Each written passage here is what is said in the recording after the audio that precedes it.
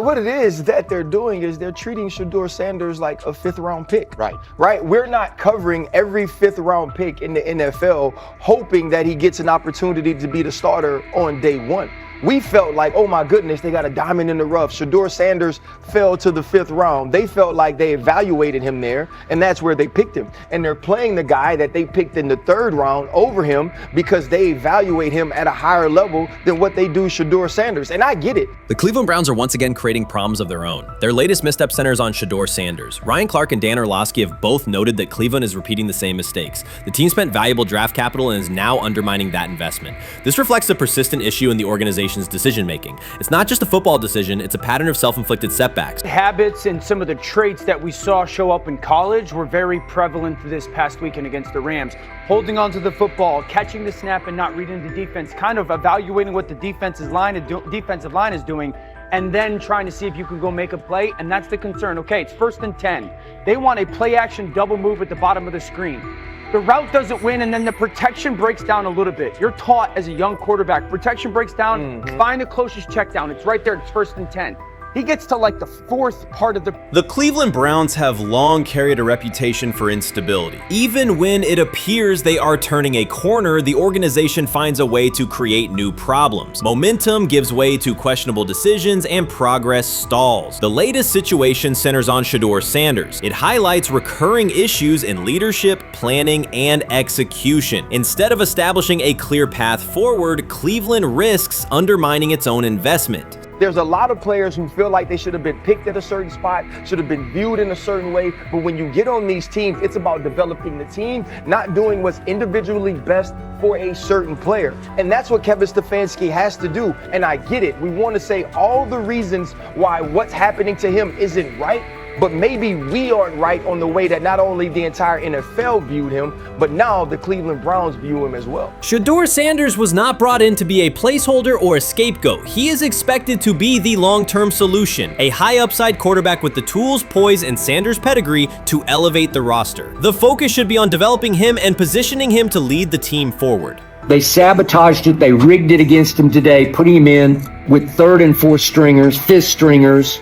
You got no shot at quarterback. They threw him in because they didn't want him to make any more splash and put any more heat on Stefanski. It's a desperate, dangerous situation in which he's got no shot, man. He's throwing to Sal freaking Cannella. What? But he got sacked 5 times because he's hanging on the ball trying to make a play, and nobody can separate. Then it comes down to a couple of minutes are left, and Shedeur tries to go on the field, and Stefanski puts Tyler Huntley in place of him. Excruciating to watch. Shedeur Sanders brings accuracy at all levels, steady leadership, and the kind of composure that comes from handling pressure. Fans were energized, and the league was paying attention. For once, Cleveland had a credible source of hope at quarterback, then the familiar pattern returned. Instead of committing to a clear development plan, first-team reps, stable direction, and a defined timeline, the Browns introduced uncertainty and slowed his progress. Rather than building around him and giving Shedeur a direct path to lead, they split priorities and sent mixed signals. The result is momentum stalled at the very point it should be accelerating.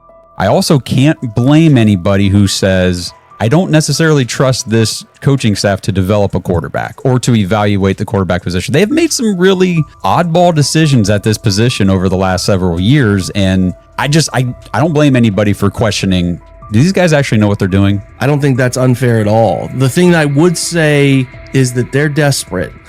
They're very desperate. Like the entire organization is desperate. And if you really think they're going back to the coaches' offices and all getting around the table after session. This wasn't about scheme or play design. It was a pattern of mismanaging a young quarterback. From the start, the signs were clear. Shedeur Sanders arrived at camp without priority first-team reps or the confidence-building snaps a rookie need. Instead of a defined development plan, he was asked to compete from behind, treated like a depth option rather than a long-term starter. The message was, earn it later rather than build it now. When game action came, he was put on the field with limited preparation. Protection was inconsistent, and the play calling did little to ease his transition, more a stress test than a structured debut. The approach emphasized survival over progression. Honestly, guys notice it more when you're out winning games, right? If Cleveland starts off in a bad start, they're not doing well, and all of a sudden Shedeur or Dylan Gabriel are doing well in 7-on-7. They're throwing dimes. And practice drills, the #1 defense can't stop them. People take notice of that. And the more that the players see it, they're going to, then the the comments start happening over the lunch table. They start happening throughout the building, and that's when the pressure really will get severe. The Cleveland Browns were focused on resolving their quarterback situation until Jason Kelce made pointed comments that triggered a strong reaction from ownership. The response inside the organization was immediate and intense. What exactly did Kelce say that has the dog pound on edge and the front office under pressure? We seen that miserable game by the Cleveland Browns. So they throw Joe Flacco in there, and I like Joe Flacco. He did good, but they gave him the resource of all the first team guys. Then they throw Dylan Gabriel in there with first teams and second teams. So Dylan always is getting protected. The same thing again, they gave this scrub max protection on every play. Yeah, he completed some passes, but let's talk about his mistakes. He's still inconsistent with his throws, but he at least had max protection. The Cleveland Browns continue to be defined by inconsistency and avoidable setbacks. Even as fans hoped the organization had turned a corner, Jason Kelce, fresh off retirement, offered a direct critique that reignited doubts about the team's direction. His remarks implied the franchise's structure and decision-making remain unstable and recent progress may not hold. The takeaway for leadership is straightforward. Identify core issues, align on a coherent plan, and execute with discipline. For supporters, it's another sign that the problems run deeper than a single season. They throw Shedeur Sanders in there with the lowest cab drivers you couldn't even get on 5th Street. And I'm pissed off, bro, because the play calling was abysmal. Look, even if you don't like Shedeur didn't even get a chance to be trash. Even if you think Shedeur is garbage, he didn't even get a chance to be garbage. That's how awful the offensive line was. Kevin Stefanski still doesn't want to give Shedeur second strings and first strings reps. Why is that? Browns ownership's response shifted from measured to urgent. The pattern is familiar in Cleveland. The team once treated Johnny Manziel as a franchise solution, retained Hugh Jackson for a second year despite results, and invested heavily in Deshaun Watson through a costly trade and contract. These decisions reflect aggressive but poorly aligned planning. The outcome has been continued instability instead of sustained progress. That this was the guy that they wanted to start. He's seasoned, he's experienced, he still has a big-time arm, even at his age, and they open with the Cincinnati Bengals. They wanted that experienced guy. He was always going to be the guy. They were not going to start Dylan Gabriel or Shedeur Sanders in week 1. Kenny Pickett had a hamstring injury. It makes it easy to go with Joe Flacco. And the question isn't and wasn't going to be who's the starter in Cleveland. The question is, who's going to be the backup in Cleveland? Who's going to be the number 2 quarterback when they open the season against these Bengals? Fans still show up season after season, expecting improvement and bracing for setbacks. The usual pattern has been early optimism followed by a gradual collapse. But last season was different. For a sustained stretch, the Browns looked organized and competitive, resembling a functioning team. Couple days, 3 days until roster cutdowns, how do you feel about that? Do you feel like you belong here on this team? Obviously, I think overall as a player, I feel like I put in the work. I feel like everything I do, I try to do it to my best, and that's all I ask for. So I feel like everybody feels like, they should be on the team, and if you ask anybody on the team, would they feel like they belong, in their own eyes. So I feel like I do, but I'm my own player, I think about myself in a high regard. The front office entered the offseason confident. Kevin Stefanski was being praised and the Dog Pound believed the team had made real progress. Then Jason Kelce delivered a pointed assessment that cut through the optimism. Fresh into retirement, the former Eagles All-Pro and Super Bowl champion said Cleveland still looks like a team patching over issues rather than building a durable contender. Kelce's view was direct. The Browns' structure is fragile, and the roster is too dependent on perfect health at quarterback. He argued the team is one injury away from losing continuity and sliding backward. Because Kelce has operated inside a stable, championship-level organization, his comments carried weight with players, media, and fans. The reaction was immediate. People took his critique seriously, not as outside noise, but as an informed evaluation of how a successful team should be built. Ownership also felt the impact. Jimmy Haslam's response shifted to urgency, a sign that leadership recognizes the stakes. The criticism arrives in the context of prior high-risk decisions, especially the fully guaranteed $230 million commitment tied to Deshaun Watson. Watson has missed time and shown inconsistency when available, and the contract has constrained flexibility. Kelsey's remarks highlight why depth, alignment between the front office and coaching staff, and a clear contingency plan at quarterback are non-negotiable. The takeaway is straightforward. Cleveland must convert last season's progress into a stable framework, protect the quarterback, deepen critical positions, and establish a plan that survives injuries and short-term setbacks. Without that, the games that fueled optimism will remain temporary. If you're a betting man, who do you think starts for the Browns at quarterback? Okay, this is the situation. Kenny Pickett, they actually traded for him. Joe Flacco, no one's bringing Joe Flacco in the building thinking Joe Flacco's going to be the starter. If Joe Flacco is your starter, you got a problem. You have a huge problem. And if they were saying Shedeur was the starter as the 5th rounder, you got a real problem too, because he passed over all these guys in these reps in the offseason in shorts, in bikini shorts, Speedos and stuff.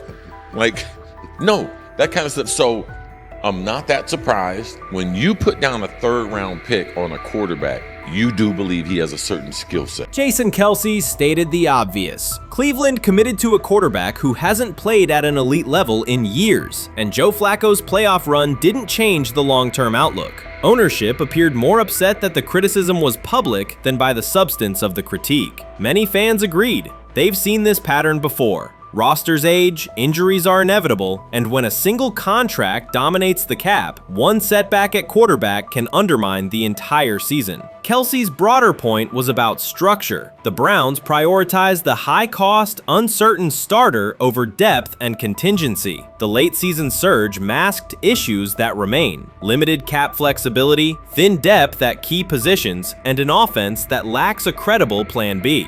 Fans recognize how quickly a strong defense can decline with injuries, and how an offense without redundancy stalls. The AFC North raises the stakes. Baltimore with Lamar Jackson sustains a top standard. Cincinnati with Joe Burrow returns to contention when healthy. Pittsburgh rarely slips below .500 under Mike Tomlin and wins with defense and consistency. In that environment, Cleveland can't rely on perfect health or peak form from one player. The path forward is clear. Diversify cap allocation, reinforce the offensive line and receiver depth, carry a legitimate backup plan at quarterback, and install a scheme that functions regardless of who is under center.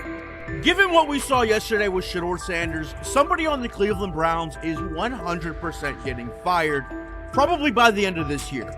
The person who's probably going to end up getting fired is Kevin Stefanski, because I know that he didn't want Shedeur Sanders on the team. It was Andrew Berry who made that pick. You can't really go against your GM. Bad things happen in this situation. But Shedeur Sanders is not without fault for what we saw yesterday. This is the play that we saw yesterday that has the internet just exploding, where Shedeur Sanders took like a 24-yard sack.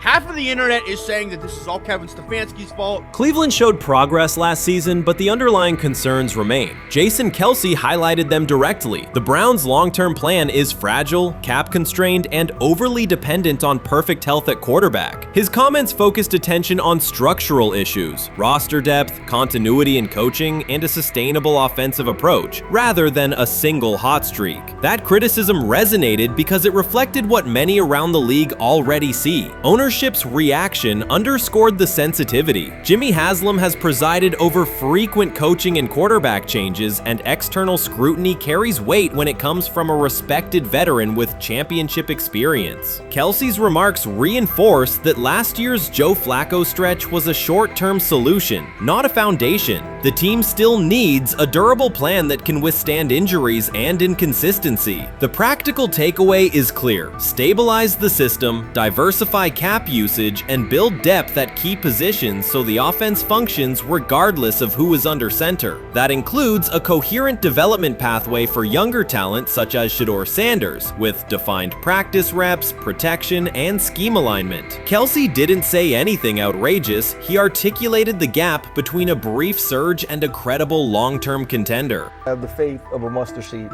Right, because this is the greatest resurrection since Jesus the Christ. Right, like at some point, Joe Flacco was thinking about getting into TV. Yeah. Right, Joe Flacco didn't have a job, and then now you not only come back and start for the Cleveland Browns late in the 2023 season, but they came back around to you. You're now the day one starter for a franchise that just 2 years ago was in the playoffs. The Browns' quarterback situation remains unsettled. Deshaun Watson was expected to be the long-term answer, but injuries and inconsistent play have prevented him from reaching an elite level. When the team turned to Joe Flacco after Watson's season deteriorated, Flacco immediately lifted the offense and produced results that highlighted the gap between expectations and reality. That a 39-year-old late addition could outperform a $230 million starter was not just a short-term surprise, it raised fundamental questions about roster construction and evaluation. Quarterback depth has been fragile, and the late-season surge masked broader structural problems. Jason Kelce's remarks made that clear. Cleveland is vulnerable if the starter is unavailable, cap flexibility is limited, and the offensive plan lacks a stable contingency. His critique drew attention to leadership and planning as much as on-field performance. Jimmy Haslam's strong reaction reflects the pressure on ownership. The organization has promoted a message of stability and progress, but Kelce's assessment suggested those gains are not yet durable. The path forward requires a realistic approach to the cap, a credible backup plan at quarterback, and a system that holds up regardless of personnel. So before your final year at Miami, there's a lot of conversations revolved around Shedeur Sanders.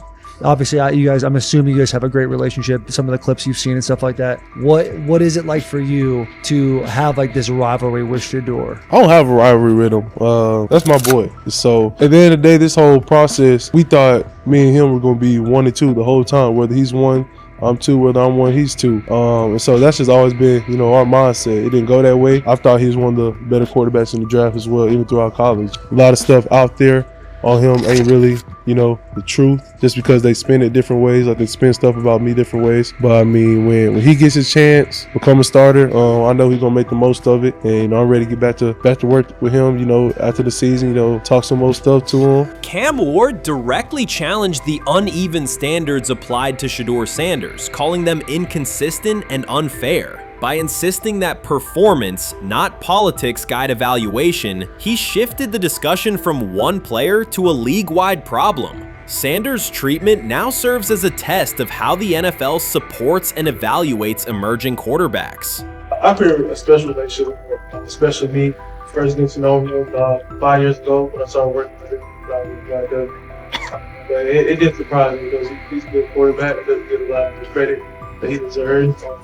Especially the plays that he made in Colorado. A lot of quarterbacks in the country are making those plays. And so when he gets this opportunity, I'm pretty sure having soon today that he'll make sure he'll make plays on the field. Cam Ward's public challenge to the treatment of Shedeur Sanders brought the issue into clear view. For months, discussion around Sanders has centered on his profile, major compensation, a prominent Nike deal, and the expectation to stabilize a struggling franchise. Rather than a standard evaluation of a top prospect, he has faced sustained skepticism from analysts, fans, and league voices. Ward's comments underscored that the standards being applied to Sanders diverge from those used with other rookies. By stating it directly, he did more than support another quarterback. He identified a broader problem in how the league responds to young players with significant visibility. The takeaway is direct. Assessments should reflect on-field performance and development, not external narratives. A generational talent.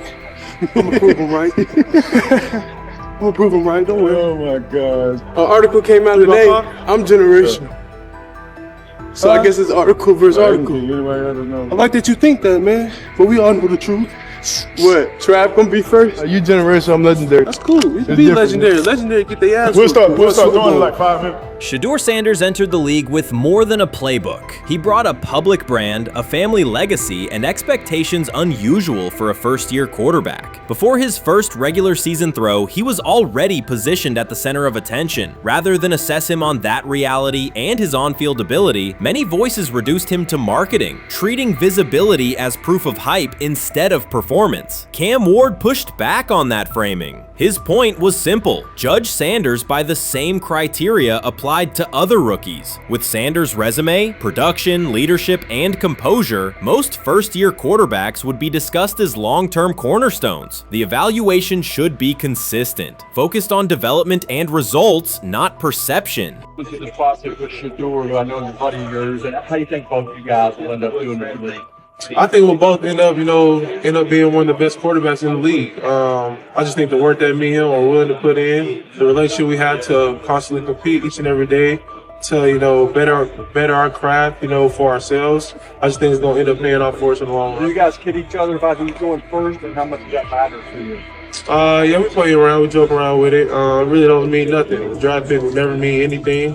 At the end of the day, you got to show whether you can prove each and every Sunday. You can't just do it 1 year. Disrespect shows up in two patterns. First, Shedeur Sanders is repeatedly framed through his father, Deion Sanders, as if lineage erases his own work. Discussion drifts to pedigree instead of what the film shows. Second, his visibility is treated with suspicion. His audience reach, partnerships, and ability to lift ratings are labeled hype rather than recognized as value. Instead of acknowledging that he drives demand and expands the stage for his team, critics call it an unfair edge. The result is a skewed evaluation. Star power is held against him while on-field production gets pushed aside. The standard should be consistent. Assess the tape and the development, not the last name or the attention it brings. Well, Ward were microfact. Cam Ward's remarks went beyond defending Shedeur Sanders. They confronted how the league manages star power. The reality is simple. The NFL markets visibility, but resists it when a player doesn't follow the expected script. Rookies are supposed to be quiet, deferential, and grateful for limited leverage. Sanders arrived with leverage, brand reach, major endorsements, and confidence. And that presence was recast as entitlement. Instead of treating those factors as earned advantages, much of the commentary used them to diminish him. Ward called out that contradiction. The same influence the league sells to audiences is criticized when a young player exercises it. His point is a standards problem, not a personality dispute. Evaluate Sanders on his preparation, leadership, and results. Don't penalize him for having a platform or for using the leverage that the modern NFL itself helps create. Now it sounds like the Cleveland Browns are going to all but imprison Shedeur Sanders in the football sense of a very talented rookie quarterback who obviously needs reps, needs an opportunity, and who now, barring some miraculous luck, will not get the opportunity to play in a single real game. I'm sure many around the NFL are celebrating as we speak. They are chuckling about this. Many in the NFL wanted to teach Shedeur and his daddy. Cleveland became the center of the conversation. With Shedeur Sanders attached to a major Nike partnership, the expectation was straightforward. He should be given real game reps. The Browns instead leaned on Joe Flacco as the default choice, treating stability as the safer path while sidelining a quarterback with clear cultural and commercial pull. Each week Sanders didn't see the field, scrutiny grew. Commentary questioned the value of his contract environment and relevance, and fan debate shifted from development to doubt. That wasn't measured evaluation. It was a delay framed as prudence that eroded confidence in the process. Cam Ward reset the terms of the debate. He pointed to an uneven standard. When veterans or other young players secure significant endorsements, it's considered smart business. When Sanders does it at scale, it's recast as ego or hype. Even the scope of his off-field agreements became ammunition against him rather than evidence of market demand. Ward's position is simple. Use one standard. Assess Sanders on preparation, decision-making, and progression, not on discomfort with his platform. Treat visibility as an asset, not a disqualifier. The issue isn't attitude or branding, it's the consistency of the evaluation. Ward called it directly. The treatment has been unequal, and it should be corrected by aligning opportunity with performance criteria. Fans need to recognize there's not a team in the league he'd start for. Not one.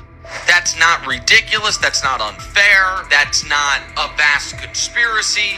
Shedeur Sanders fans are Angel Reese fans. They're just fair weather fans who don't really give a fuck about the sport. Most of them are just Deion fucking groupies that followed him when he went to fucking Colorado, just like Angel Reese's fans had never watched basketball prior to her playing at LSU, and they followed her to the WNBA and don't know shit about the sport.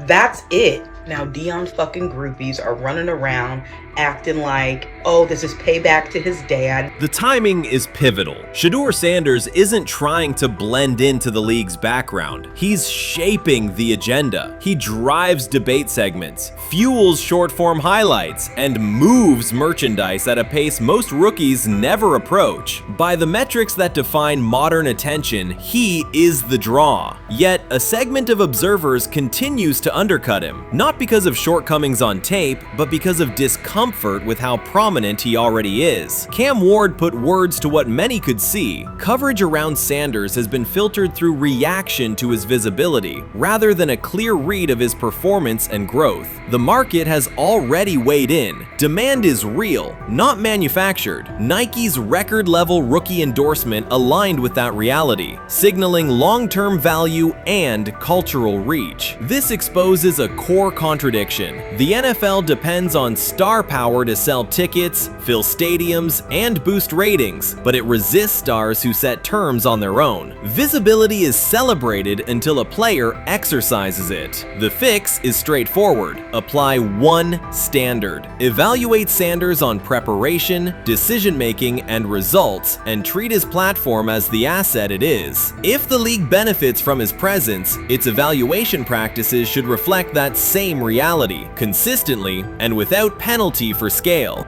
Shedeur Sanders does not depend on league promotion. He established his platform before the NFL and continues to expand it on his own terms. That autonomy challenges the status quo. Cam Ward's support was more than a defense of a teammate. It was a warning that if the league holds to outdated expectations, it risks falling behind the very players who drive audience attention and revenue. Claims that Sanders lacks real popularity ignore measurable facts. A large, active following, consistent merchandise demand, and sustained coverage across major outlets. Doubts about his standing as a quarterback overlook his college production and growth indicators. The pattern is familiar. Efforts to minimize him increase his reach. Each skeptical headline widens the spotlight, and each dismissive take creates more engagement. You cannot reduce a player built for visibility by arguing he should be less visible. The practical outcome is the opposite. Scrutiny becomes signal. Sanders is not merely enduring criticism, he is turning it into momentum, converting attention into leverage on and off the field. How you feeling? I'm getting there. You see what I got on, right? That's why I was asking how you help for.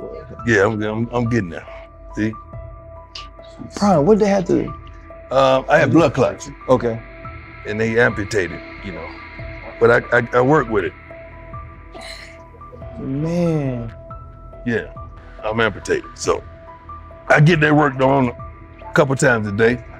Keep the blood circulating, blood flowing, but it's a new normal. And the best thing about here, we have a whole medical team on the second floor. Right. We have a whole medical floor, which is great. Deion Sanders is shaken, this time not by a hit on the field. In a sudden turn, Ryan Clark has uncovered a serious plot affecting Shedeur Sanders' NFL draft status, and the disclosure is reverberating across the sports community. What once looked like a simple scheduling delay may actually be a calculated effort to undermine Deion's son. The facts suggest intentional sabotage, a breach of trust, and repercussions that could be far-reaching.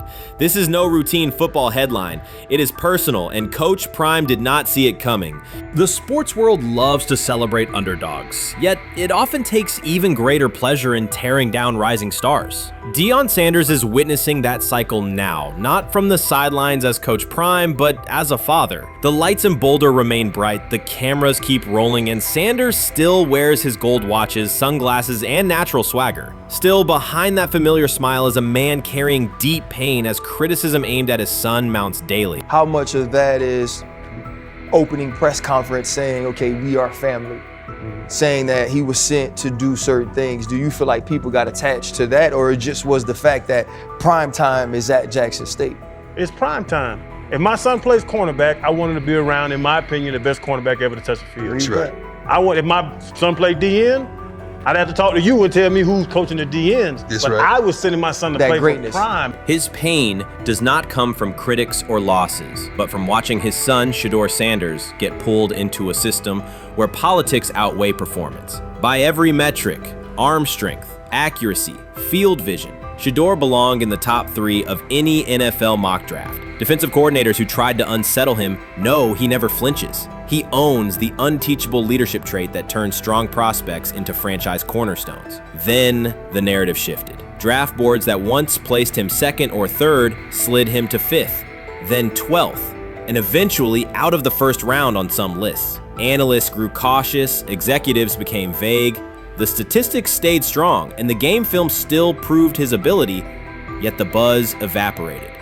The abrupt silence felt deliberate and wrong. Former NFL safety and respected analyst Ryan Clark then delivered an unfiltered disclosure, not on a scheduled TV segment, but in an unscripted comment. He stated plainly that influential figures inside the league were not overlooking Shedeur Sanders. They were actively holding him back.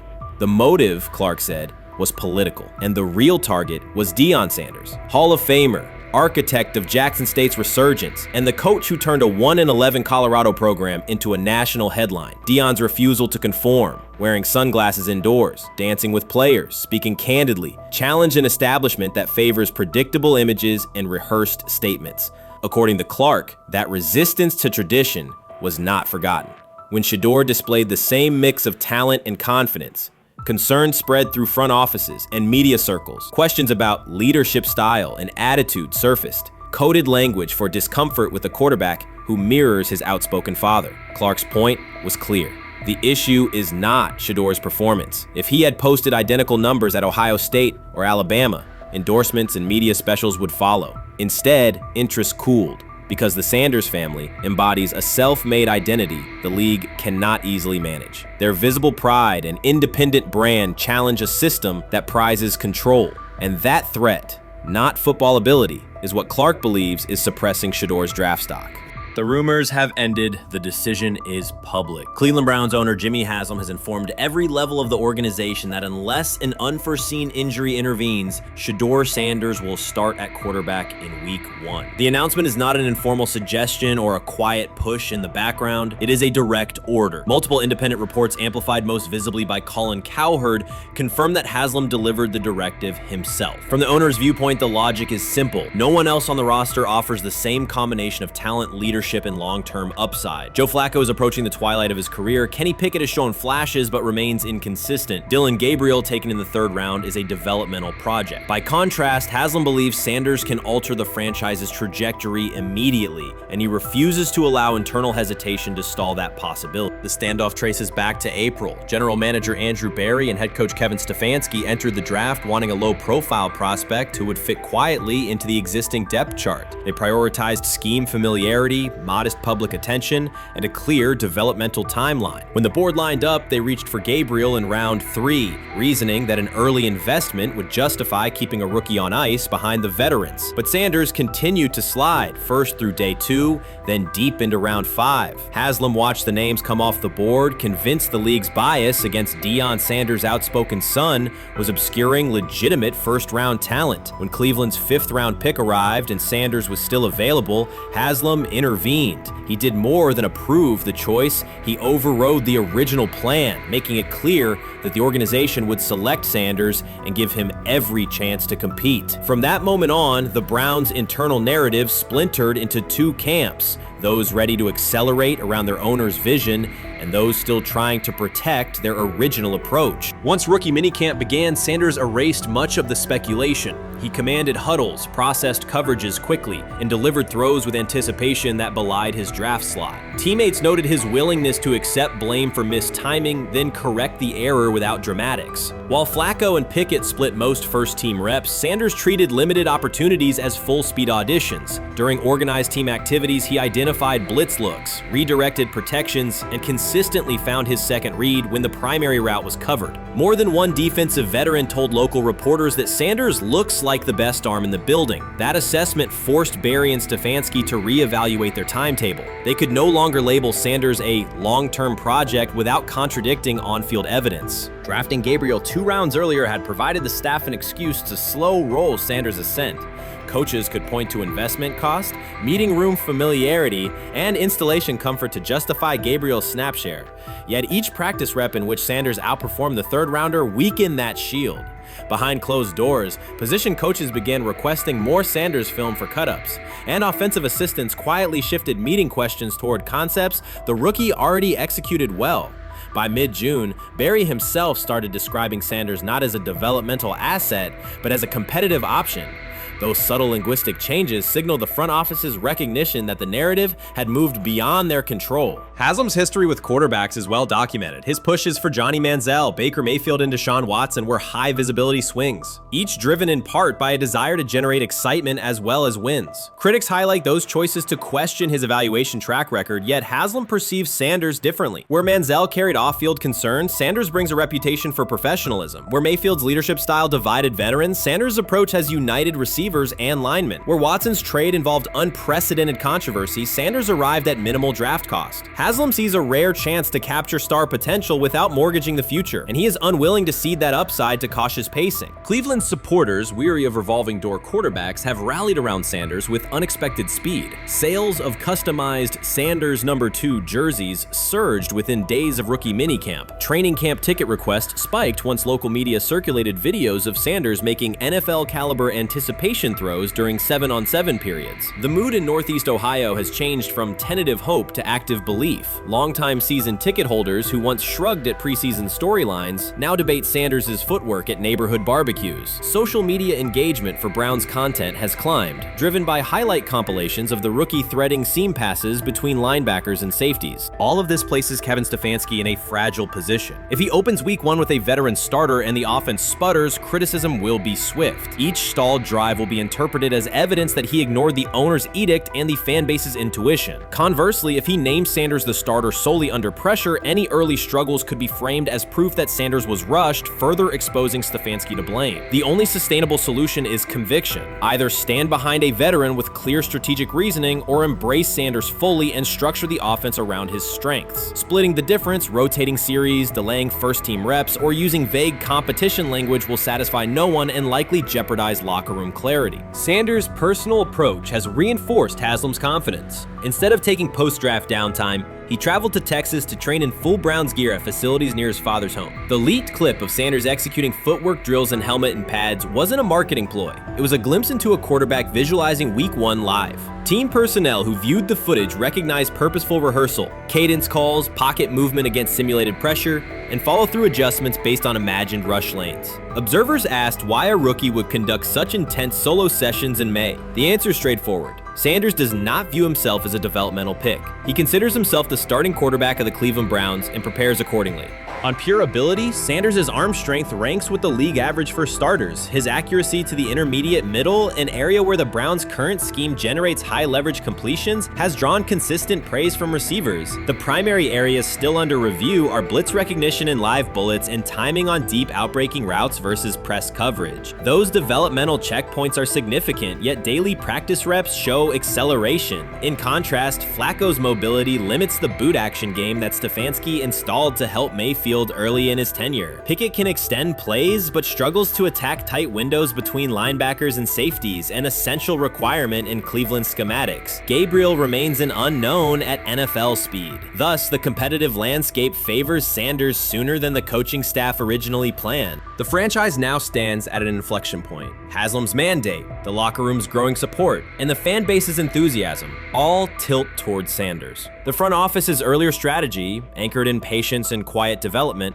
is increasingly untenable. Barry's shift in messaging indicates grudging alignment, but final authority over the depth chart rests with the coaching staff, unless ownership directly intervenes on game day decisions. A move rare but not unprecedented in the NFL. Should Stefanski align with the owner and name Sanders the starter before preseason concludes, he can claim proactive vision and tailor the offense through training camp. Should he resist and open with a veteran who falters, he risks rapid loss of credibility and possibly his position. Either path carries pressure, but only one aligns with the momentum sweeping through the building.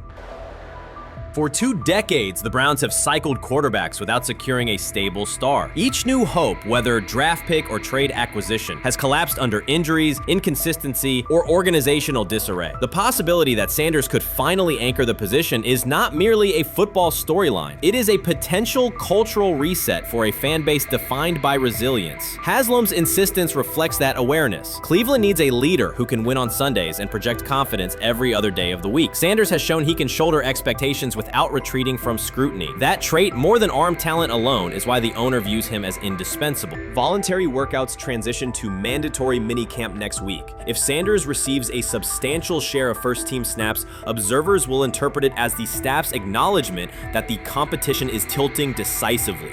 A public declaration may not follow immediately, but every rep allocation is a signal. If, however, the staff continues funneling most top unit snaps to Flacco or Pickett, tension will escalate. Local media will question the evaluation process. National analysts will debate the merits of letting a rookie learn through live action versus controlled practice. Inside the facility, players will recognize any disconnect between performance and opportunity, and unity could fray. The Browns have reached a decisive moment. Shedeur Sanders has demonstrated the skill, poise, and work ethic to justify starting in week 1. Jimmy Haslam has publicly positioned him as the future, and by implication the present, of the franchise. Kevin Stefanski and Andrew Berry must either endorse that vision or brace for the consequences of delaying it. For Cleveland fans, the significance is clear. A legitimate chance to exit the cycle of quarterback uncertainty and rally behind a signal caller capable of commanding the field and galvanizing the city. Whether that opportunity is seized promptly or postponed will define the Browns' 2025 season and likely the tenure of the decision makers involved. I view things as I got time. I got time to be able to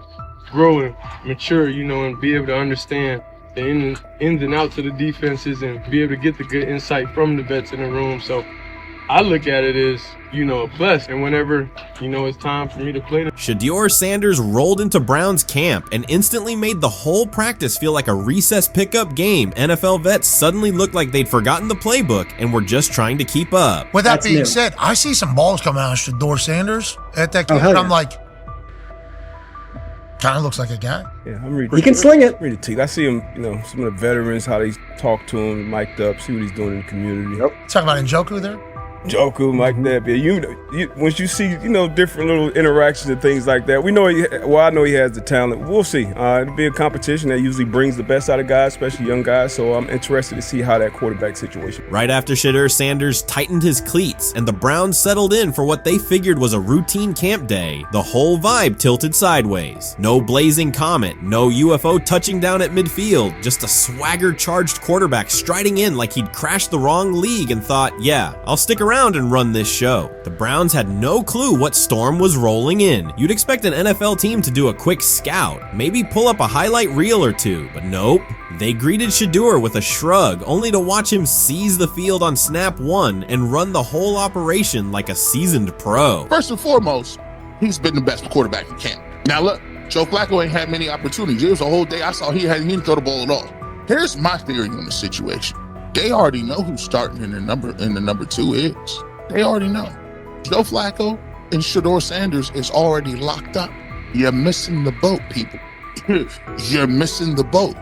Your boy, Kenny Pickett and Dylan Gabriel, oh, they're fighting. Shedeur didn't merely clock in, he hijacked the session. One moment he's loosening his arm, the next he's roasting veteran QBs like faded names on busted draft boards. Defensive coordinators everywhere had the same gut punch reaction. Uh-oh. His pocket poise? Straight disrespectful. His timing? Psychic. And every pass left his hand like it was laser guided to its mark. While Shedeur Sanders was slicing up routes, the Browns secondary looked less like an NFL backfield and more like a gaggle of dads sprinting through a Saturday fun run. Big on enthusiasm, short on closing speed. Coaches fought the urge to slam the emergency horn. Players traded wide-eyed, "Are we serious?" stares, and someone even double-checked that a hidden camera crew wasn't about to pop out of the tunnel. But nope, this was pure Shedeur. Half cold-blooded surgeon, half highlight factory. He wasn't dropping a casual "I'm here," he was crafting a masterclass. From the first rep, the tempo changed. Shedeur Sanders accepted the snap with steady footwork, diagnosed the Browns' single high shell, and delivered a tight window seam route that forced the free safety to recover late. Throughout the period, he manipulated leverage with quick shoulder fakes, moved through full field progressions, and released on time from a balanced base, consistently putting the ball on his receiver's upfield shoulder. Cleveland's coverage struggled on multiple fronts. Safeties hesitated between deep half responsibilities and underneath support, creating voids at 15 to 20 yards. Cornerbacks and off-man were caught in trail position when Sanders used rhythm throws on 3-step drops, while those who tried press technique had their inside hand neutralized by his receivers' outside releases. Linebackers widened to match shallow crossers, leaving the middle hook unguarded for pivot routes and option digs. One corner attempted a line of scrimmage jam. Sanders immediately adjusted the route to a back shoulder fade, releasing the ball before the break and rendering the press ineffective. Over the session, he showcased pocket discipline, reclimbing to maintain throwing lanes rather than drifting, and finished with a series of anticipatory throws against cover 2 cloud, fitting vertical outs between the flat and deep half defenders. Sanders' combination of rapid post-snap processing, precise ball placement, and pocket efficiency exposed coverage mismatches at every level and highlighted communication gaps in the Browns secondary. By mid-session, the Browns defensive staff clearly recognized their calls were outmatched. Every adjustment, a roll to cover 6, a simulated pressure, a late rotate to 2 high, was neutralized once Shedeur Sanders confirmed the post-snap picture. Routes that had taken weeks to script were beaten by timing and location. Comeback set at 12 yards broke open before the corner's transition. Slot seam outs dotted the void between the flat and deep half defender, and boundary receivers beat press with quick hand techniques, receiving the ball before the trail man could recover. Sanders' command was methodical. He used cadence to freeze plug blitzes, re-ID'd the mic when linebackers sugared the A-gaps, and maintained a firm base so he could reset and fire without resetting his feet. His receivers benefited from that rhythm. Top of the stem, eyes back, ball delivered on their upfield shoulder, allowing immediate transition to YAC. The Browns front tried a late stunt to compress the pocket. Sanders climbed 2 steps, re-spotted the shallow crosser, and delivered in stride, turning a potential sack into a 20-yard gain. What stood out most was how little ramp-up Sanders needed. From his first series, he processed full field concepts at tempo, cycling through progression reads without hitching. The poise under interior pressure, consistency in ball placement, and ability to manipulate zone defenders left the Browns' coordinated disguise packages ineffective and forced them into static coverage by the end of the period.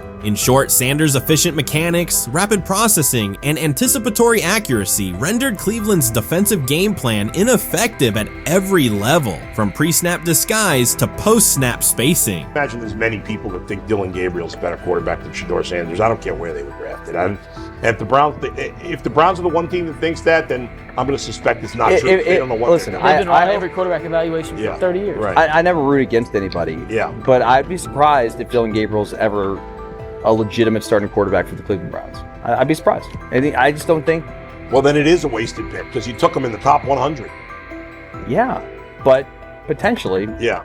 May get away with it because of Shedeur. An edge rusher chirped at Shedeur Sanders between snaps, hoping to shake his rhythm. On the very next play, Sanders answered with a 30-yard laser, a deep dig from the boundary side that split the single high safety and the trailing corner. He hit the top of a 5-step drop, kept a firm base, and delivered on time to the receiver's outside shoulder, turning what should have been a routine rep into a sudden change explosive. From that moment on, every coverage wrinkle the Browns tried, rotating from cover 3 to quarter half, flashing a Tampa 2 shell, mugging both A-gaps, was met with a precise counter. When corners pressed, Sanders adjusted the route to a back shoulder fade. When safeties widened, he checked to a glance post. When linebackers bailed, he found the running back on a delayed option out of the backfield. Even late simulated pressures couldn't move him off his spot. He simply climbed, reset his feet, and fired. As Cleveland's defenders rotated through checks, Sanders manipulated them with cadence and eye discipline. He froze weak side safeties long enough to create intermediate windows, then feathered the ball into those lanes before help could arrive. When the Browns finally dropped 7 and matched every route, Sanders tucked the ball and converted 2 separate 3rd and 6 situations on the ground, reminding everyone that his mobility is as calculated as his arm. By the end of the session, the defensive coordinator's call sheet looked obsolete. Sanders had neutralized blitz looks, exposed spacing issues in zone, and forced the unit into static base coverage just to survive the period. It wasn't a camp drill anymore. It was a clinic on timing, processing speed, and controlled aggression, delivered snap after snap by a quarterback who never needed a warm-up lap to own the field. They never planned on taking him. The problem is,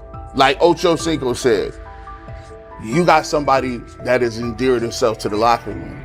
And guess what? The difference between him and Tim Tebow, the biggest one, is he can play. He can throw the ball. Tim Tebow running around being an H-back. He can throw the ball.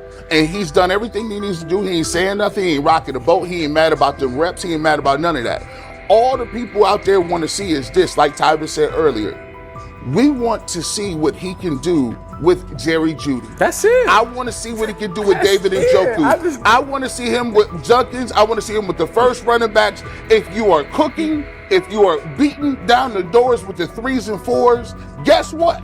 You deserve more. From the first team period on, Cleveland's secondary looked a step slow. A deep third safety hesitated on a post-snap rotation, leaving Shedeur Sanders free to climb the pocket and fire a 22-yard out that arrived before the defender could plant and drive. The supporting cast around him, players fighting for roster spots, not Pro Bowl invites, benefited from his command. Sanders used tempo to control the defensive front, altered protections at the line, and located throwing lanes so quickly that one receiver didn't register the catch until he crossed the goal line. As the Browns tried new personnel groups, coverage busts multiplied. Starters slipped out for hamstring stretches while rookies rotated in, only to find the ball arriving on their blind side before they'd completed a midpoint squeeze. On a later 3rd and long, Cleveland finally closed the interior rush lanes, compressing the pocket with 3 defenders. Sanders pivoted through the traffic, stepped into a narrow escape window, and without resetting his shoulders, whipped a no-look pass to the boundary curl for a fresh set of downs. The throw turned a potential sack into an explosive play and left the coaching staff scrambling for answers. The people who are fascinated by Shedeur for whatever reason, whether it's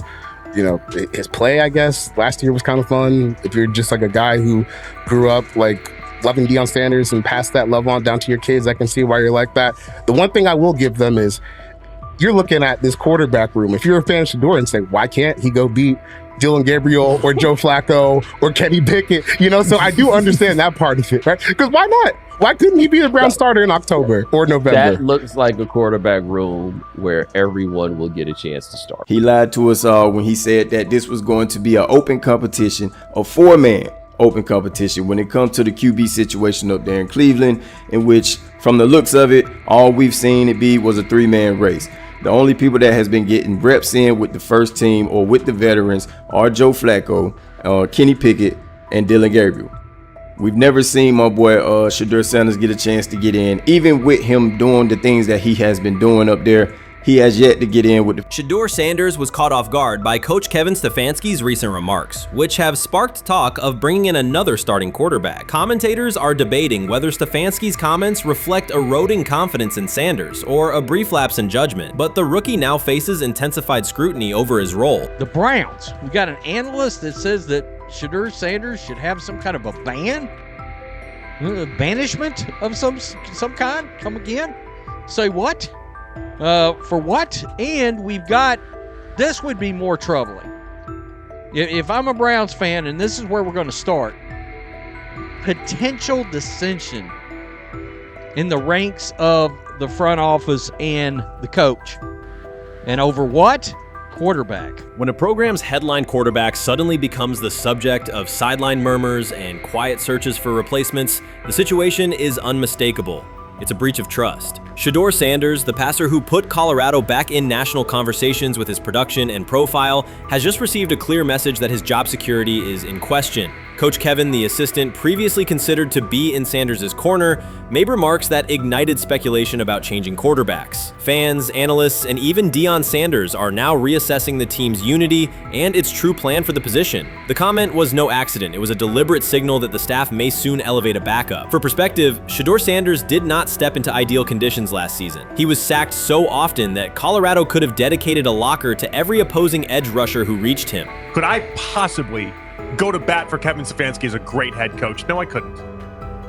Could you go to bat against him, saying he's a horrible head coach? No, I can't. I think that's why we fall in the middle. I think that's why in a lot of these discussions, and that's why a lot of the rankings, you see him right now in that 15 to 20 range, somewhere in that middle pack of NFL head coaches. I've said earlier, Kevin Stefanski has already been given more head coaches than any coach I've ever seen in Cleveland. starting with the decision to move on from Baker and him clearly still having another level to get to in Tampa. Last season, Shedeur Sanders often had to operate behind an offensive line that provided minimal protection, yet he still delivered precise throws and critical drives. At times, he seemed to be carrying a struggling roster almost on his own. Despite the constant pressure, he never complained, never threatened to transfer, and never acted entitled. He remained with Colorado because he trusted the program, trusted his father, and believed in the team's larger mission. That loyalty is why Coach Kevin Stefanski's recent statement that the quarterback competition is wide open struck so sharply. The remark implies that Sanders' starting role is insecure, as though the player who absorbed countless hits while holding the offense together is simply another name competing with walk-ons and first-year athletes who are still learning the cadence. This goes beyond ordinary coach language about fostering competition. It introduces genuine uncertainty about the staff's confidence in Sanders and invites speculation that Colorado is actively assessing outside options through the transfer portal. By characterizing the position as vacant, Stefanski has planted seeds of doubt that could quickly evolve into rumors and undermine the stability of the locker room. I'm sorry, but when it comes to quarterback, I'm going to defer to my head coach, generally speaking, especially one with Stefanski's track record and how he's viewed across the league. So this is interesting because it tells you Kevin Stefanski's not a Shedeur Sanders guy. And it also tells us who made these picks. Exactly. The Cleveland Browns made a rather awkward decision in the NFL draft, opting to take quarterback Dillon Gabriel in the 3rd round well before he was expected to fly off the board. Then 2 rounds later, the Browns took fellow quarterback Shedeur Sanders. So what exactly is going on? Discussion has begun about whether Colorado is actively evaluating another quarterback and preparing for life after Shedeur Sanders. Analysts are debating whether Coach Kevin's move is calculated strategy or a misstep that jeopardizes team stability. Sanders remains a top NFL prospect, Deion Sanders' son, and the program's public face. His highlights dominate social media and his jerseys outsell the team's victories, yet he is once again being asked to reaffirm his position. The issue is more than routine roster management. It intersects with the family dynamics that shape the program. By portraying the quarterback job as open, Coach Kevin signals to both Shedeur and Deion that the staff is willing to move on despite Sanders' stature. For Shedeur, sitting through film sessions while hearing talk of potential replacements adds an unwelcome layer of uncertainty to an otherwise proven resume. The decision may reflect a desire for a quarterback with a different profile, perhaps someone more mobile and system-oriented, rather than a dismissal of Sanders' accomplishments. Watson says he has been mentoring Shedeur Sanders at the quarterback position. The biggest failure in the NFL is now mentoring quarterbacks. The most overpaid under-deliverer at the position is now mentoring 2 rookie QBs and a Super Bowl champ. So what exactly are you mentoring him at? You have had 24 civil lawsuits that you paid off to go away. And when you play, you are as ass as those massage therapists are, apparently. Shedeur Sanders is also a show. It's all about him. It's all about anything else. If you don't see that by now, then you're just blinded. Cleveland's second most talked about player has yet to take a professional snap, and it isn't Deshaun Watson. Rookie quarterback Shedeur Sanders has already captured the locker room's attention and the fan base's enthusiasm, creating a visible shift in the team's internal dynamics. Watson, once the uncontested focal point, now shares the spotlight with a newcomer who has only practiced in shorts. The Browns are experiencing a rapid, unforeseen change in popularity within their roster. Four-man competition. It's not. It's 2 guys versus 2 guys. It's the 2 older guys to be the starter. Yeah. It's the 2 younger guys to position themselves however it may be.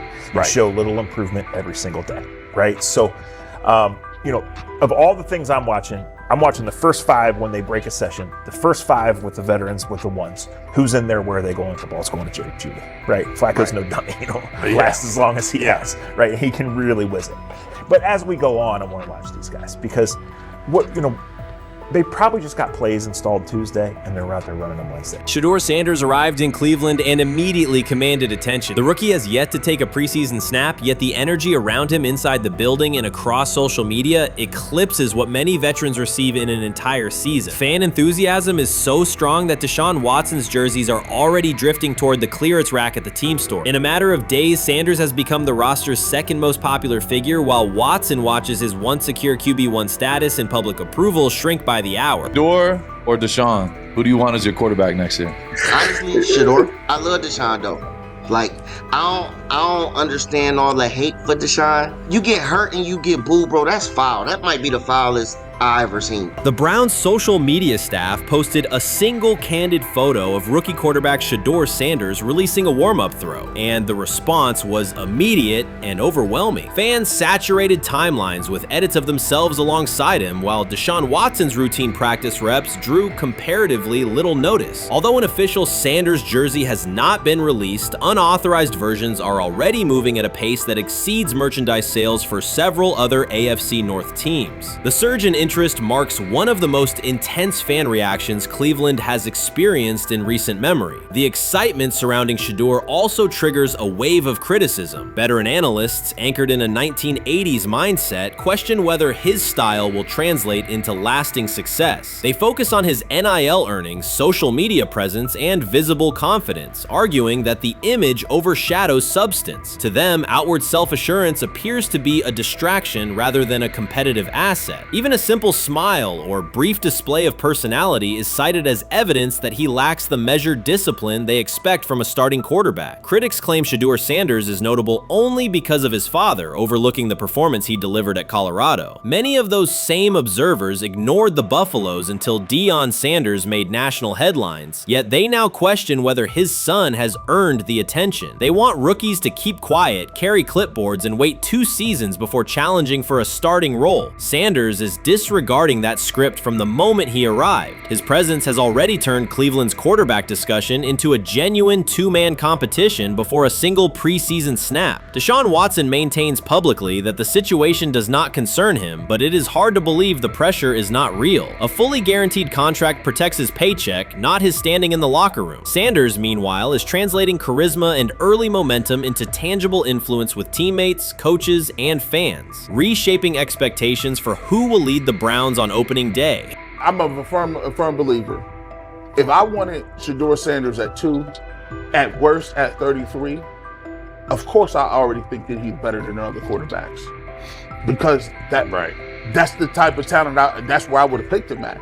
And if he was at 2 or 33, and he still had the same exact skill set, we will be talking about him starting and playing. Right. Well, there'd only be 3 quarterbacks. It'll be here, 3 quarterbacks, not 4. Yeah. But since he moved to the 5th round, that's cool. They might have to go along with it. But to me, I think if you ask who got the best tools, I'm going with Shedeur. Shedeur Sanders has not taken a single professional snap, yet discussion about him has split NFL social media into 2 camps. One side already argues he should start immediately. The other worries about what that means for veteran quarterbacks like Deshaun Watson. Reporters now line the perimeter of Browns camp, scrutinizing every inconsistency in Watson's spiral and every precise throw from Sanders during drills. Each well-placed pass is clipped, posted to TikTok, and captioned as evidence of a future QB1. Cleveland is no stranger to quarterback drama, but this situation is different. Rather than cycling through another unproven starter, the franchise is dealing with a rookie who entered with more polish, public attention, and perceived readiness than most first-year players. Fans chant Sanders' name before he has appeared in a preseason game, while the established starter works to maintain his relevance. The atmosphere is not yet a full controversy, it is a countdown. Traditional analysts insist on the importance of experience and respecting the process, yet Sanders is progressing on the timeline set by the supporters who already view him as the next leader of the offense. The 2025 NFL Draft was expected to be Shedeur Sanders' moment. Many projected him as a top 10 talent and a headline quarterback in one of the most discussed college football storylines in years. Instead of walking across the stage on the first night, he waited through 3 days without a call. There was no celebration, only silence. When the phone finally rang at pick no. 144 in the 5th round, it was the Cleveland Browns. With that selection, the financial outlook changed dramatically. The Sanders family believes this was not a typical draft slide, but but the result of coordinated action. They are pursuing a $100 million lawsuit alleging collusion across parts of the league.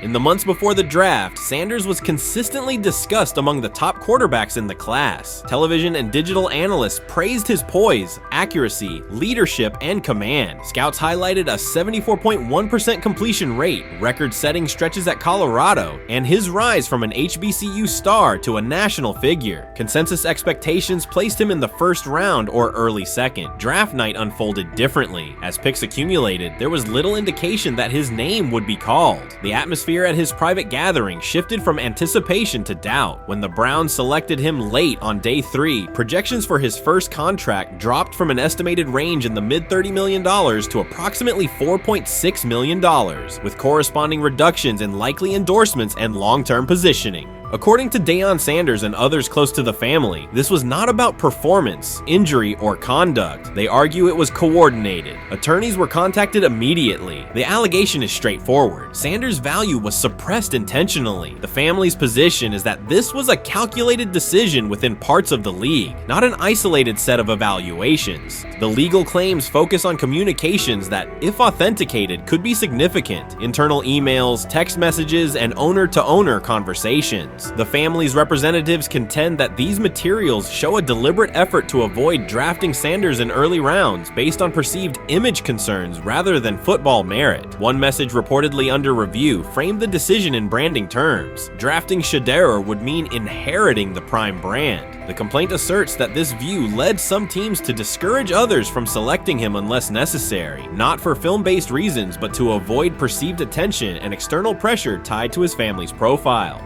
A related thread involves speculation about team fit and willingness to play for certain franchises. Past public comments by Deion Sanders were interpreted by some as signals of an Eli Manning scenario. The family's view is that these were strategic statements, not ultimatums. They argue that rather than engage in discussion, teams chose a passive approach, no direct rebuttal, reduced contact, and a collective reluctance to invest a premium pick. If phone records and written communications corroborate coordination, these items could become central exhibits. Media tone shifted as the draft neared. Coverage that had emphasized production and leadership began highlighting intangibles, interviews, and perceived coachability. Anonymous sourcing appeared in multiple outlets, with claims that Sanders skipped combine drills out of arrogance, bristled at film critique, or told one club, "Maybe I'm not the guy for you," after a tense session. A widely cited line, "Nobody wants a celebrity backup quarterback," was voiced by Colin Cowherd and circulated as shorthand for risk. The Sanders legal position is that these narratives did not arise organically, but reflected a coordinated leak pattern that undermined his market value.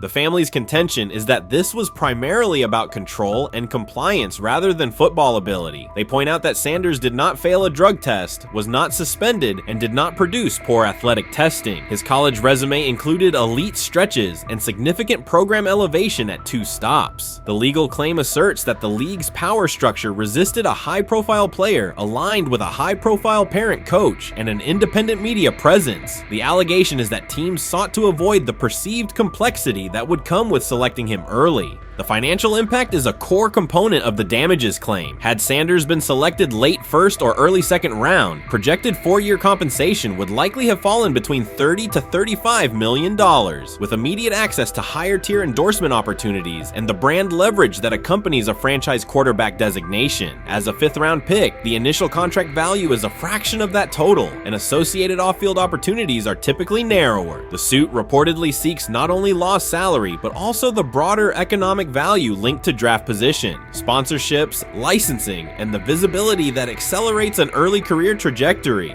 The filing's scope, as described by sources close to the family, extends beyond the league office. It may involve media outlets, scouting firms, and specific executives if discovery shows coordination or materially false statements that affected value. The argument is that the draft slide harmed not only Shedeur, but also the broader Sanders brand, affecting perceptions of Deion Sanders as a recruiter, coach, and public figure. The family's view is that narrative construction around brand risk and celebrity backup produced a measurable economic and reputational loss. If a court authorizes discovery, the process would likely compel emails, internal draft notes, and message archives from teams and third-party intermediaries. Subpoenas could be served on media organizations for sourcing records related to anonymous quotes. That level of transparency would be unusual and could reveal how information flows during pre-draft periods. The legal theory moves beyond a single player's evaluation to the draft's integrity, whether owners or executives acted in concert to reduce a prospect's value for reasons unrelated to football performance. The league has not publicly addressed these specific allegations. Background comments from executives characterize the claims as overreach. The family's camp maintains they have documentation sufficient to proceed. The comparison points referenced by observers include Deflategate, Spygate, and the Colin Kaepernick grievance, not because the facts are the same, but because of the potential scope, policies, practices, and the balance of power between the league and individuals challenging its processes. Another dimension of the dispute involves how the NFL perceives Deion Sanders, Coach Prime, and the autonomy he promotes. He built a large media footprint around his programs at Jackson State and Colorado, elevated his players' profiles, and spoke openly about fit and leverage. The family contends that this visibility, combined with statements about preferred destinations, triggered resistance. The complaint frames the response as a preference for compliance and predictability over independent branding and public negotiation.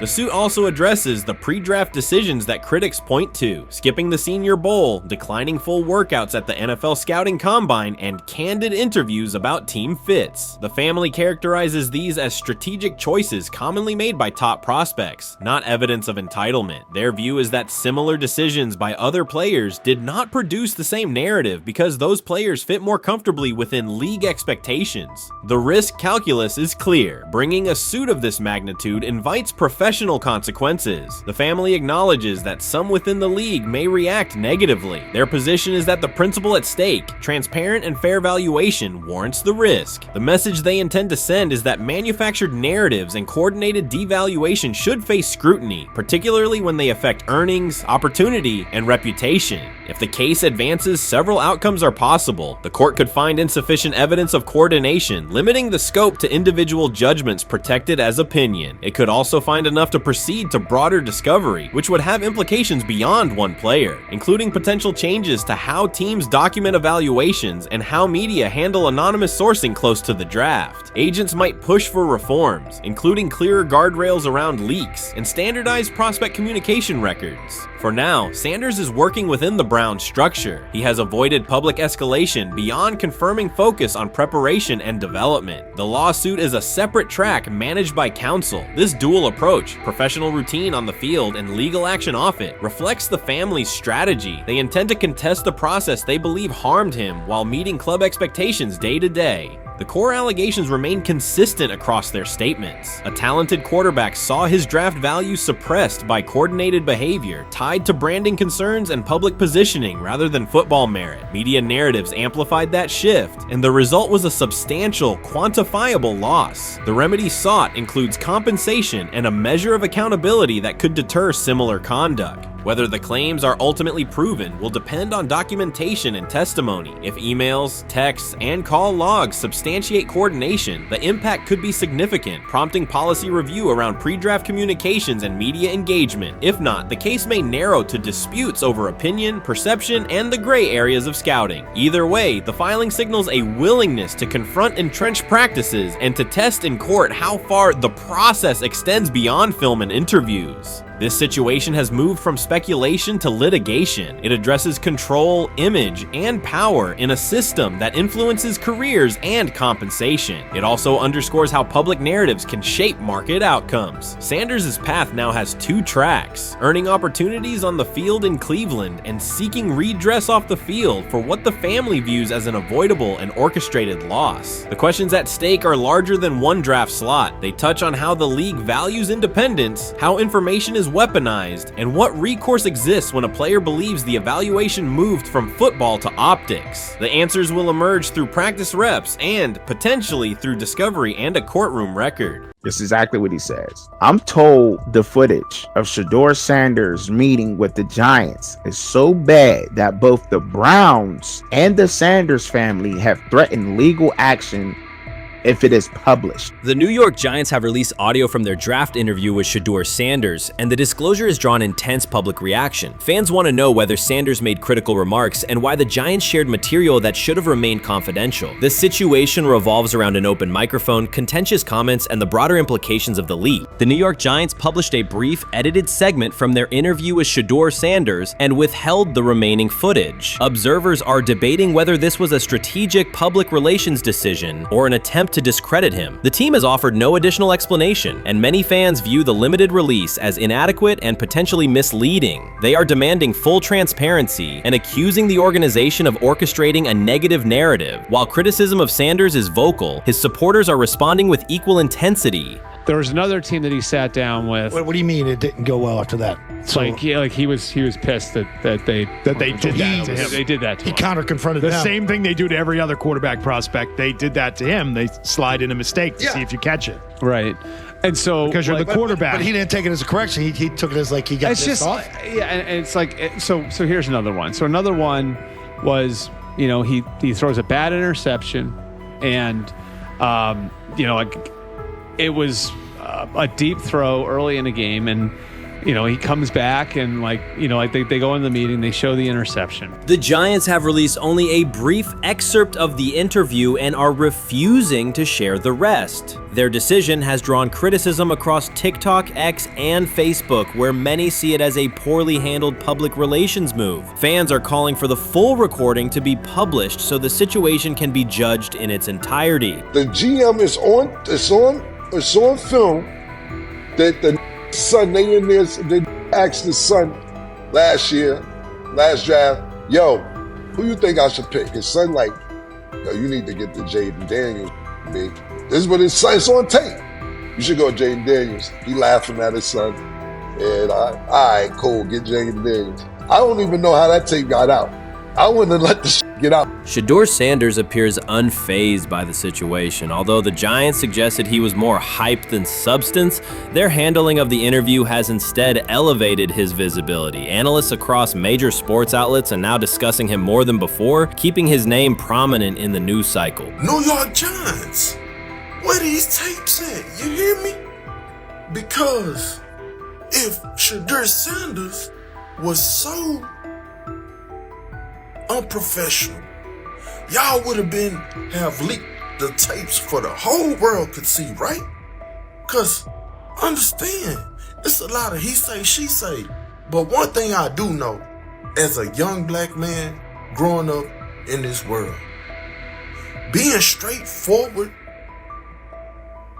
and not sugarcoat anything. The Giants' PR team appears to reject Sanders' family connection outright, a decision many view as unprofessional and lacking nuance. Internal discussions seem to have dismissed quarterbacks with prominent relatives as poor fits for the organization, revealing limited awareness of public perception. The response was swift. A single edited clip ignited widespread debate on social media, with fans asking why essential segments were held back and what the team might be hiding. Critics argue that if the full interview contains nothing damaging, the club should release it in its entirety. Online discussion intensified immediately and continues to gain momentum. What they do during the film and the combine and the meetings is teams will install mistakes intentionally planted in the install, and they want you to catch them. Shedeur didn't, and when a coach called him out, once again, it didn't sit well. It's like, bro, there's not many teams needing quarterbacks, especially since Pittsburgh appears to have a deal with Aaron Rodgers and Tennessee's getting Kale Moore. The Giants' decision to withhold the full interview has produced an unintended result. Instead of diminishing interest in Shedeur Sanders, it has intensified it. Media outlets and analysts are now examining every on-field rep, press comment, and public appearance as evidence of how he conducts himself under scrutiny. Each throw, adjustment, and answer is tracked and evaluated against league standards, reinforcing the view that he remains composed and professional. Many fans contend that the organization has misrepresented Sanders and suggest the issue may stem from the Giants' view of his father, Deion Sanders. They see the partial release as an attempt to raise doubts about his character by association. That perception has only made his profile more compelling. The discussion has shifted from whether he deserves a high draft position to how effectively he withstands sustained pressure. Sanders is now regarded not just as a talented prospect, but as a symbol of resilience, central to debates about transparency and organizational strategy. Even if the Giants eventually provide more context, the visibility they have created for him is unlikely to fade. The most fun yet the most difficult thing I cover and we cover all year long is not games. It's the NFL draft. Because I've said this many times, you get lied to for a month to 2 months up to it. And so often during the draft, and every few drafts, there's a guy that really falls, precipitously falls. This year it was Shedeur Sanders, it's been Aaron Rodgers, it's been Dan Marino.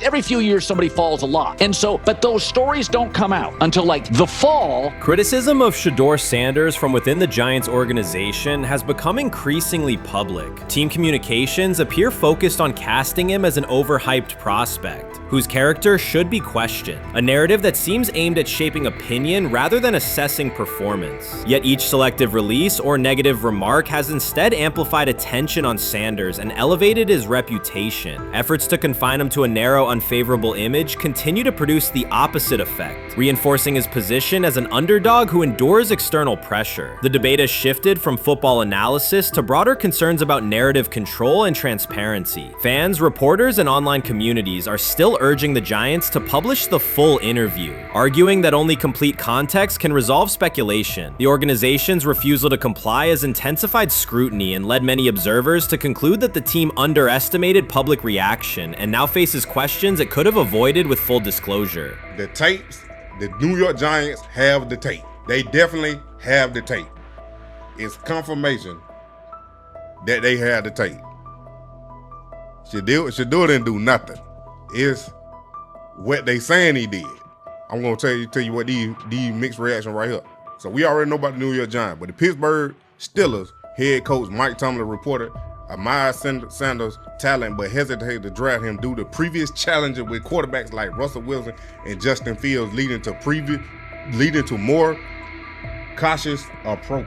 Las Vegas Raiders. Sanders met with Raiders at the NFL scouting combine and expressed enthusiasm about potentially joining the team. His familiarity with the West Coast offense and quick release was noted positive, though concerns about his ceiling. Hours after the Giants posted that short audio clip, the timeline never slowed. Comment threads filled with frame-by-frame breakdowns, lip-read attempts, and side-by-side comparisons of what was said versus what was left out. Reporters called league contacts. No one could explain why a franchise would stir this level of curiosity only to seal the vault. Each refusal sharpened focus on Shedeur Sanders, turning routine throws into national talking points. Analysts kept circling back to the same note. His cadence at the line looks unchanged, steady against the noise. Hashtags demanding the full interview, trend drop, and trend again. Podcast hosts bump scheduled segments to lead with the leak. Rival teams get asked how they would handle a similar situation, then quietly check their own archives. Inside Giants headquarters, the plan to shape the story looks less like strategy and more like a slow burn spotlight they can't switch off. And now every preseason snap, every media availability, every stray sideline camera angle gets fed into a loop that asks, what are they still hiding? The file remains locked. Curiosity keeps compounding. Until someone presses upload or steps to a podium and explains the redactions, the subject drifts away from depth charts and play design, fixing instead on secrecy, control, and the risk of underestimating how fast attention turns pressure into permanence. Momentum isn't fading, it keeps recalibrating, louder, impossible to mute.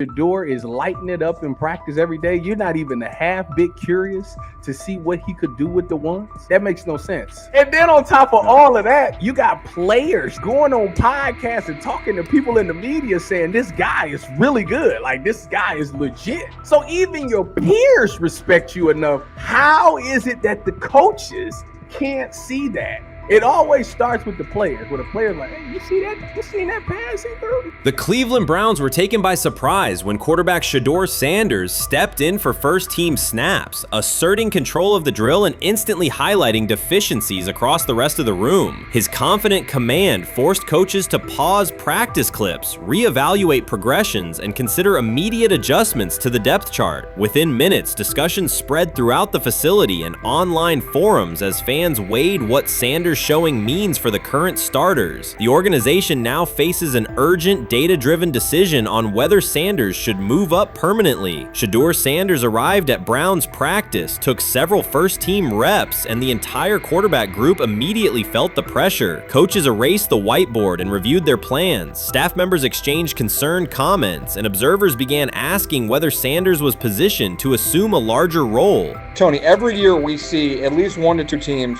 They were in last place in their division the year before.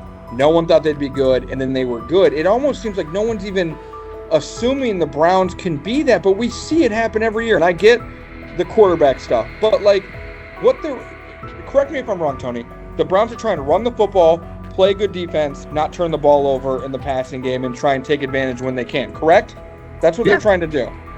That was the 2020 offense. The Cleveland Browns are still searching for stability at quarterback. Deshaun Watson is yet to deliver consistent starter-level production that justifies his contract, and each game renews doubts about whether he can regain peak form. Behind him, rookie Dorian Thompson-Robinson shows promise but remains inexperienced and unpolished. Coaches are evaluating alternatives each week and may need to adjust the depth chart if progress stalls. The roster around them is built to contend now, so ongoing uncertainty under center is increasingly costly. As we talk about, we do believe in best player available. We do believe in positional value, and we didn't necessarily expect him to be available in the in the 5th round, and so we love adding competition to every position room and adding him to compete with the guys that are already in there. We felt like that was the appropriate thing to do. The Browns quarterback group is unsettled. Deshaun Watson has yet to provide the reliable, high-level play his contract demands, while rookie Dorian Thompson-Robinson remains promising but unpolished. Depth behind them consists mostly of veterans whose experience lies more in holding clipboards than leading offenses. The coaching staff needs an immediate answer, not a 3-year development project. Shedeur Sanders enters as that potential solution. At Colorado, he passed for more than 3,200 yards despite working behind one of college football's poorest offensive lines, consistently demonstrating poise, quick processing, and accurate ball placement under heavy pressure. Film shows steady reads and disciplined footwork, traits that offset concerns that his profile is built on family name or media attention. Cleveland viewed the signing as a low-risk, high-reward move. Early in camp, Sanders received a handful of first-team snaps intended merely as an evaluation. Those plays quickly changed practice tempo. The ball came out on time, receivers hit their landmarks, and the defense struggled to adjust. Coaches immediately expanded the review using phrases such as evaluate every option, an indication that the depth chart was no longer fixed. Watson sensed the scrutiny. Thompson-Robinson increased his urgency. Within minutes, competition in the quarterback room intensified. Sanders repeated that performance in subsequent sessions. His footwork remained clean, progression sharp, and throws firm and precise. Each strong rep forced staff to reassess the plan to keep him buried on the developmental track. The broader context magnifies the pressure. Cleveland's roster is built to contend now. Fans are weary of quarterback turnover, and the front office cannot afford another costly misstep under center. Around the league, rookie passers rarely wait multiple seasons anymore. Joe Burrow, Justin Herbert, CJ Stroud, and even late pick Brock Purdy established that precedent. If Watson opens the regular season and struggles, public calls for Sanders will grow, especially if the rookie flashes in preseason. Alternatively, another team could attempt to acquire him if Cleveland hesitates to elevate his role. Each scenario underscores the same reality. Sanders' emergence has turned a routine camp evaluation into a critical decision point for the franchise.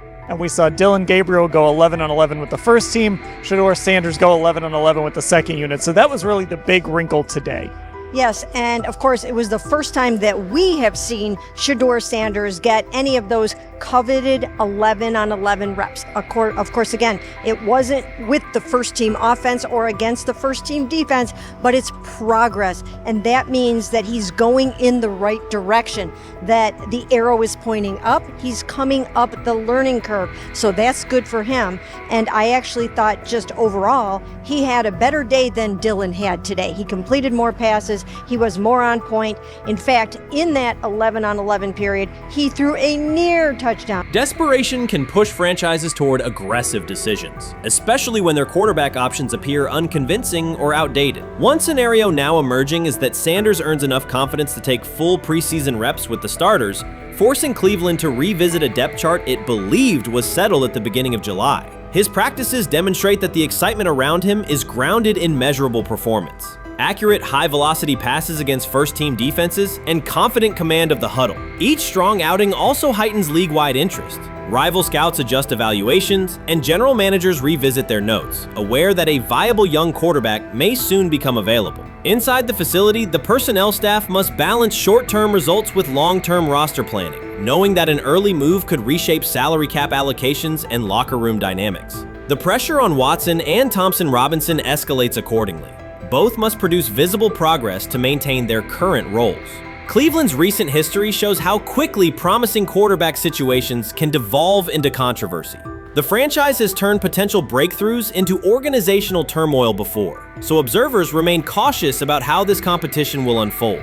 Sometime last week, and then, and I just tweeted that out again this morning, and then today, the Joe Flacco one got posted. So running through this, and then of course we'll still have Dylan will be next, and then Shedeur will come last. As training camp nears, Mary Kay Cabot is providing straightforward analysis of the Cleveland Browns quarterback competition. The starter has not been named, but she has moved away from her earlier skepticism of Shedeur Sanders and now acknowledges his talent and potential. Cabot explained that if Joe Flacco is chosen to start week 1, it will mean he is the most prepared to play immediately. This approach would also give younger quarterbacks such as Kenny Pickett time to adjust, refine their skills, and maximize their potential while Flacco handles the early workload. She added that a Flacco start would not prevent Sanders from earning the position later in the season. The depth chart remains flexible, and Sanders' continued development could put him in line for an opportunity as circumstances evolve. Cabot also noted that Pickett could win the job for week 1, but he must demonstrate he can integrate smoothly with the offense and perform reliably under pressure. The Browns want a leader who can control the huddle, execute plays efficiently, and maintain composure. Pickett's performances in upcoming practices and preseason games will be critical in determining whether he secures the starting role or Sanders ultimately takes the reins as the season progresses. Things like that. It doesn't mean that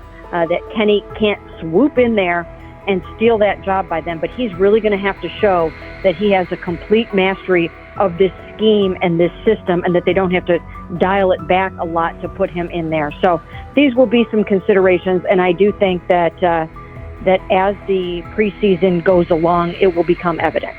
Mary Kay Cabot recently stated that Shedeur Sanders is ready, and the Cleveland Browns are monitoring him closely. After a strong showing during organized team activities and minicamp, Sanders has made notable strides in his development. With continued progress, he is expected to return to the field prepared to contribute meaningfully. The Browns coaching staff is tracking his growth, and anticipation about his long-term role is increasing. Cabot added that if Sanders maintains this trajectory and continues to demonstrate poise within the team, he will have a legitimate chance to earn the starting quarterback job. Each practice rep strengthens his case, reinforcing the possibility that his development could benefit both the player and the organization. As Sanders impresses, discussion about his future in Cleveland becomes more compelling. Cabot also emphasized Sanders' advanced understanding of the offense. She noted that his football IQ appears in every drill and that he seems ready to execute the Browns system at full speed. His ability to process defenses quickly and make decisive reads distinguishes him from his peers. With the appropriate opportunity, Cabot believes Sanders could become a genuine difference maker for the Browns. One area Cabot highlighted is Sanders' command of pre-snap adjustments. His capacity to diagnose defensive fronts and communicate changes gives him an edge and reflects high football intelligence. If he translates those reads into consistent connections with his playmakers, he could elevate the Browns' offense significantly. By comparison, Cabot said quarterback Dylan Gabriel is still refining his grasp of complex terminology and play calling. While Gabriel possesses upside, Sanders' comfort with intricate concepts and his ability to manage tight pockets under pressure give him a clear advantage at this stage. Gabriel must sharpen those elements to compete at Sanders' level. Cabot previously reported that Sanders had already earned first-team practice snaps ahead of Gabriel. Her latest update confirms that Sanders is now approved as the Browns' starting quarterback, solidifying the organization's commitment to him as QB1. Expectations are high, and his response to the challenge will be closely watched throughout training camp and preseason. Cabot further noted that head coach Kevin Stefanski authorized Sanders to take expanded first-team reps beginning next month. This milestone underscores Sanders' readiness and the coaching staff's confidence in his progress. As the regular season approaches, Sanders aims to cement his status as the starter, and the competition for that position is intensified. Though Sanders leads the race, Kenny Pickett remains in contention. Cabot stressed that Pickett must prove he can integrate seamlessly with the offense and perform consistently under pressure. His performance over the next several weeks will determine whether he can challenge Sanders for the starting role.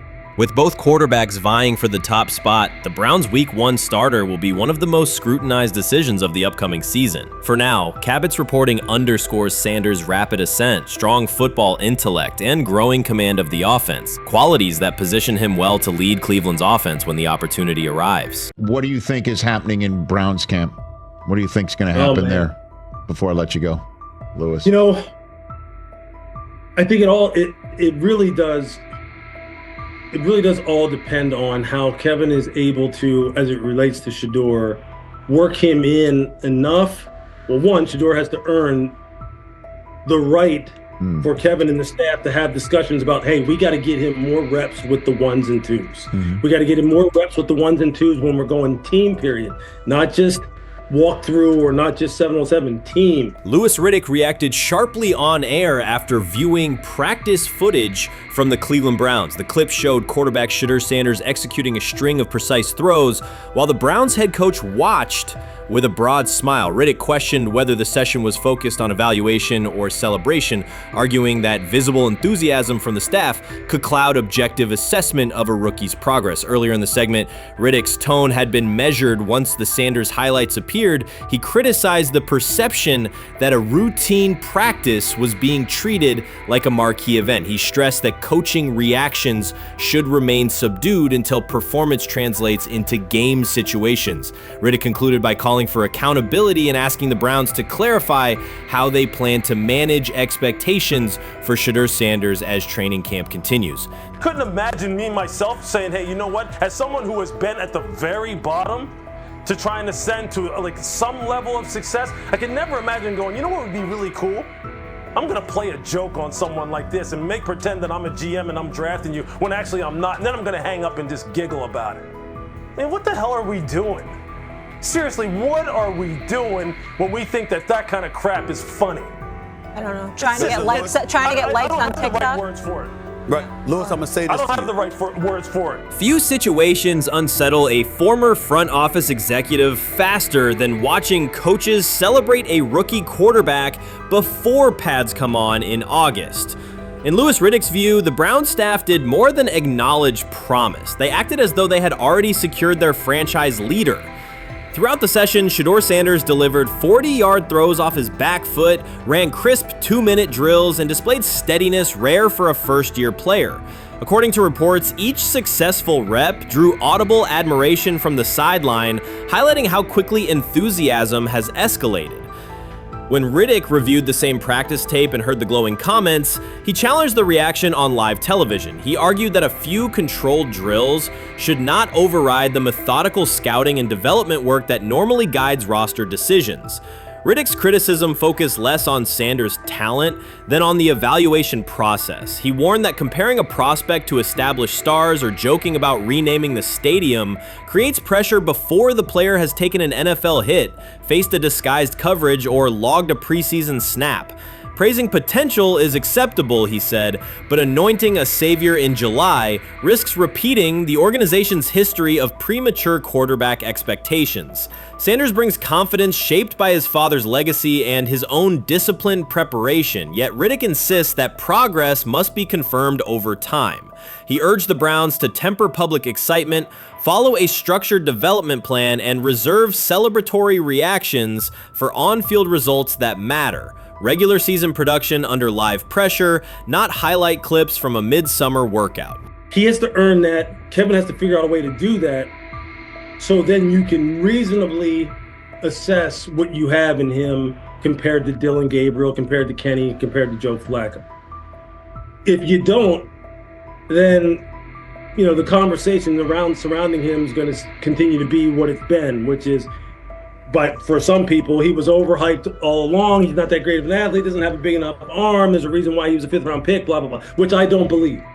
I believe if he is given enough reps, earns enough reps, and then is given enough reps in meaningful situations, He can throw the ball just as good as Joe, if not better, just as good as Kenny, if not better, just as good as Dylan Gabriel. After more than 2 decades in personnel and broadcast analysis, Louis Riddick was dismayed to see a franchise bypass basic evaluation standards after only a series of eye-catching minicamp throws. Reviewing practice footage from Cleveland, he observed Shedeur Sanders drilling 40-yard passes against uncovered receivers and running 2-minute sequences with poise. In Riddick's view, those reps, conducted without pads, contact, or a disguised rush, show arm talent but reveal little about how a rookie handles game pressure. Riddick said the Browns' reaction drifted from objective assessment to outright admiration. Multiple reports indicated coaches were sketching new concepts for Sanders during dinner and referring to dedicated Shedeur packages well before a padded practice. Even the veterans in the quarterback room showed no visible alarm, a sign that staff excitement had already reset the internal depth chart conversation. The analyst emphasized that his concern is not Sanders' skill set. He acknowledged the quarterback's arm strength, footwork, and composure, but rather how quickly the club appears willing to declare him its long-term answer. Riddick cited several past prospects who received similar midsummer acclaim only to stall once real competition began. Given Cleveland's long history of quarterback turnover, he argued the organization should focus on incremental milestones, processing post-snap reads, surviving live pass rushes, and rebounding from mistakes on Sunday afternoons. Riddick urged the Browns to temper expectations and follow a structured development plan so Shedeur Sanders can progress without undue pressure. One coach reportedly admitted he replayed Tuesday's scrimmage film so often that he lost sleep, an anecdote Riddick offered as proof that enthusiasm is already outpacing reality.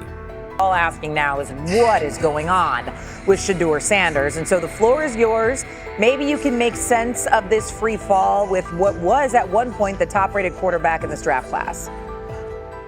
Yeah, see, I think at this point in time, this really isn't a football discussion any longer. This is a personal discussion. This is about it's a fit discussion. It's whether or not teams are just comfortable with everything that comes along with Shedeur in terms of who he is as a person, all the people that are surrounding him in terms of his inner circle, and whether or not teams deem that to be something that they're comfortable with. Right or wrong, that's the only conclusion you can really come to at this point. Louis Riddick voiced an escalating concern during the segment. Having witnessed numerous quarterback setbacks in his career, he worries another may be forming, not because Shedeur Sanders lacks talent, but because the praise around him is growing without restraint. Sanders has simply attended practice, delivered accurate passes, led the huddle, and shown the composure expected of an NFL player. Riddick fears the Browns' reaction, treating routine drills as proof of long-term success, risks setting premature expectations. He cautioned that the organization seems ready to celebrate a franchise savior before Sanders has taken a competitive snap, noting that such early adulation has derailed promising prospects in the past and could impede Sanders' measured development. They have never loathed college football itself. They have resisted the people determined to reshape it. When Deion Sanders, black, direct, unapologetic, walks into a room of power brokers and speaks with authority instead of deference, critics recoil. During his playing days, they complained about celebrations and gold chains. Now that he is a head coach, mentor, and father, they label him something more polite, but just as dismissive, a problem. At Big 12 Media Days, Sanders addressed the accelerating chaos of the name, image, likeness market. He said college football needs a salary cap, not to hobble players, but to impose order on a system that showers unproven freshmen with 7-figure promises while the rest of a roster hunts for scraps. He called the situation unsustainable. Within hours, ESPN commentator Paul Feinbaum branded him a hypocrite, arguing that Sanders profited from NIL at Jackson State and now wants rules only because his most marketable athletes have moved on. The accusation spread quickly because it fit a comfortable storyline. Outspoken black coach gains from change, then protests when the advantage disappears. That framing ignores context. Sanders never criticized players earning money. At Jackson State, he urged corporate sponsors to partner with athletes who had been invisible to major brands for decades. What he wants now is stability, standardized guidelines, basic financial literacy, and roster balance that prevents locker rooms from fracturing over uneven payouts. When other coaches, Nick Saban, Dabo Swinney, Lane Kiffin, voiced similar concerns, they were praised for foresight. When Sanders spoke, the tone shifted to suspicion. The difference is not the message, it is the messenger. Feinbaum's response followed a familiar script. When black leaders question the structure of the sport, their motives are interrogated, their credibility attacked, and their competence doubted. He did not level the same charge at Jimbo Fisher when Fisher complained that NIL disturbed recruiting. He stayed silent when Kiffin lamented the transfer portal. But Sanders, who raised enrollment and television ratings at Jackson State, brought unprecedented attention to Colorado in one season and consistently mentors players beyond football, was called opportunistic. Feinbaum dismissed the cultural impact Sanders created, the exposure for historically black colleges, the draft pick picks developed, the infrastructure improved, reducing his work to a marketing stunt dependent on star sons Shedeur and Shiloh or two-way standout Travis Hunter. Sanders did not retaliate. He returned to practice, media obligations, and recruiting. His confidence is rooted in faith and in the responsibility he feels toward young athletes whose lives will extend decades beyond their highlight clips. When he asks for NIL boundaries, he is thinking about freshmen handed large sums without guidance, families unprepared for sudden wealth, and programs that abandon kids once production stalls. He has watched that cycle from the inside. He wants protections, not restrictions. Critics predicted Colorado would fade once Shedeur and Hunter leave. Instead, Sanders signed blue-chip quarterback G.J. Lewis and a wave of transfers eager to join a program that values personal growth as much as on-field wins. Recruits see a coach who challenges the status quo, who places black culture at the program's center without apology, and who will remain visible when social media buzz cools. They recognize that Sanders does not chase attention. Attention follows his results. Media outlets reduced the upcoming Buffalo season to a win total prop. 6 victories, give or take. Sanders is playing a longer game. He wants to show young athletes, especially black athletes, that they can lead authentically, speak with conviction, and refuse to shrink for access. Success measured only by the scoreboard misses the point. If Sanders builds men who graduate with financial literacy, self-confidence, and community awareness, he will consider the mission successful, even if Colorado finishes with 5 wins instead of 10. None of that registers with commentators invested in an older hierarchy. For them, leadership should remain predictable, reserved posture, muted tone, minimal cultural expression. Sanders contradicts that image. The possibility that his methods could spread to other coaches, to other programs, threatens a model that has kept decision-making and revenue streams concentrated for generations. So the debate is not about hypocrisy or payroll ceilings. It is about control of the narrative and who is deemed qualified to write it. Sanders refuses to surrender that authority. He knows order is necessary. He also knows whose voices have been ignored whenever real reform is discussed. By speaking plainly, he forces television panels, athletic directors, and conference commissioners to confront issues they would rather defer: financial education, equitable resource distribution, and consistent national standards. Whether Colorado exceeds betting lines this fall will not change the trajectory Sanders has already set. He made Boulder relevant, energized recruiting beyond traditional power corridors, and broadened college football's cultural reach. That influence will persist long after social media debates cool. If his call for NIL structure eventually becomes policy, as the NCAA and Congress now contemplate, Feinbaum's soundbite will fade while Sanders' imprint endures. In the end, accusations of hypocrisy say more about the accuser than the coach. Sanders has remained consistent: empower athletes, hold adults accountable, and inject stability before unchecked money corrodes the locker room. The people who stand to lose clout in that environment prefer the chaos they can manipulate. Sanders prefers a system that nurtures the players who make the sport worth watching. His advocacy is rooted in experience, not self-interest, and his critics will have to decide whether to engage with that reality or keep shouting from the sidelines.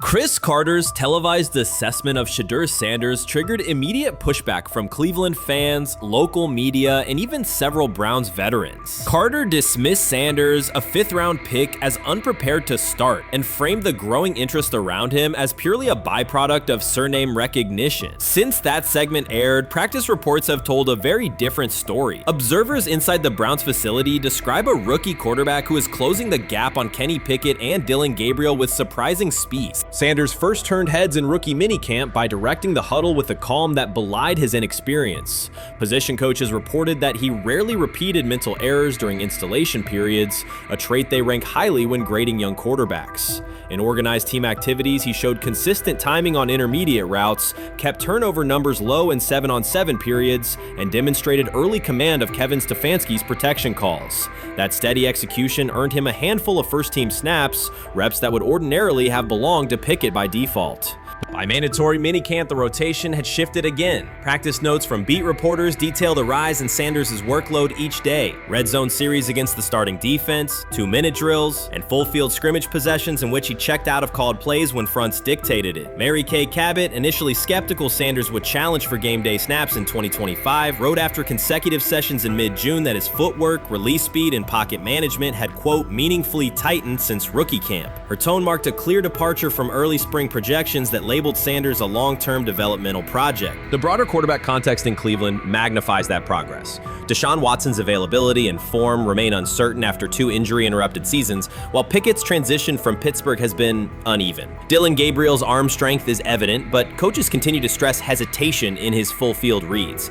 Against that backdrop, Sanders' quick decision-making and mechanical efficiency have begun to look less like a pleasant surprise and more like the roster's most reliable short-term plan. Inside the locker room, acceptance has followed performance. Wide receivers cite Sanders' ball placement on outbreaking routes, noting that the ball routinely arrives on the upfield shoulder, a small but essential detail that allows for yards after the catch. Offensive linemen appreciate his pocket awareness. Joel Bitonio remarked privately that Sanders slides up instead of bailing when edge pressure flashes. Defensive backs say his eye discipline forces them to hold coverage longer than they expected against a rookie. Such cross-positional respect develops only when day-to-day tape shows tangible improvement. The reaction to Carter's critique highlights a recurring double standard applied to young black quarterbacks. Traits celebrated as swagger or confidence in other players were labeled arrogance when associated with Sanders, yet the quarterback himself has not responded publicly. There have been no subtle social media jabs, no mention of critics in interviews, only repeated references to competing for every rep and learning from veterans. That measured approach, combined with hard evidence from practice, has softened earlier doubts among coaches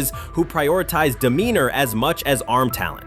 Within the coaching staff, the discussion now centers on readiness thresholds. Stefanski's scheme relies heavily on quick rhythm throws, defined reads, and disciplined pocket movement. Those requirements align with Sanders' strengths: a compact release, willingness to target the middle of the field, and instinctive timing on RPO concepts carried over from his college tape. Staffers reviewing cut-ups from joint practices note that his internal clock already approximates NFL speed, a metric they did not expect to see until mid-season at best. If that trajectory continues through preseason games, the Browns face a consequential decision. Starting a 5th-round rookie 6 weeks after training camp opens would unsettle salary cap assumptions, depth chart politics, and external perceptions of organizational stability. Yet the internal mandate remains clear: the most prepared quarterback will play. That standard places Sanders in genuine contention because every practice metric used to grade readiness, turnover ratio, red zone efficiency, third down conversion rate has trended in his favor since early June. The organizational stakes are considerable. Cleveland has cycled through starting quarterbacks at a startling pace over the past decade, shifting from first-round investments like Baker Mayfield to high-cost gambles such as Watson,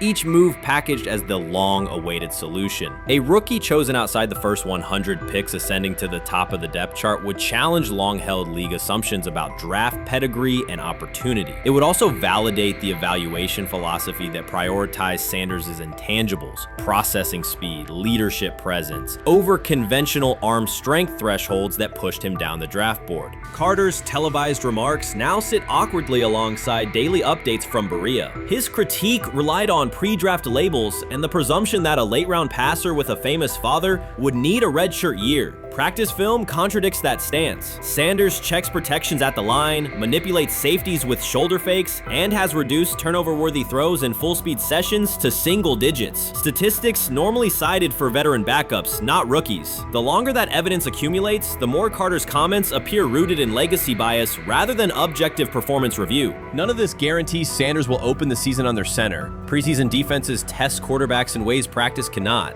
Defensive coordinators will disguise pressure and boundary rotation to force late decisions. Sanders must show he can adjust protections and exploit mismatches without the benefit of a controlled environment. Yet within the Browns facility, the conversation has shifted from if he will be ready to when. Quiet confidence from Amari Cooper and other veterans suggests they believe Sanders can steady an offense searching for consistency more than highlight reel heroics. Sanders' rise also affects long-term roster calculus. If he earns the job and performs competently, Cleveland gains starter-level production on a cost-controlled rookie contract, freeing cap space allocated to other positions. That scenario could reshape roster-building strategy in a division featuring Joe Burrow and Lamar Jackson, quarterbacks whose contracts consume significant percentages of team payroll. A capable, low-cost starter would allow the Browns to reinforce their offensive line and secondary while retaining core veterans, a competitive advantage few teams enjoy.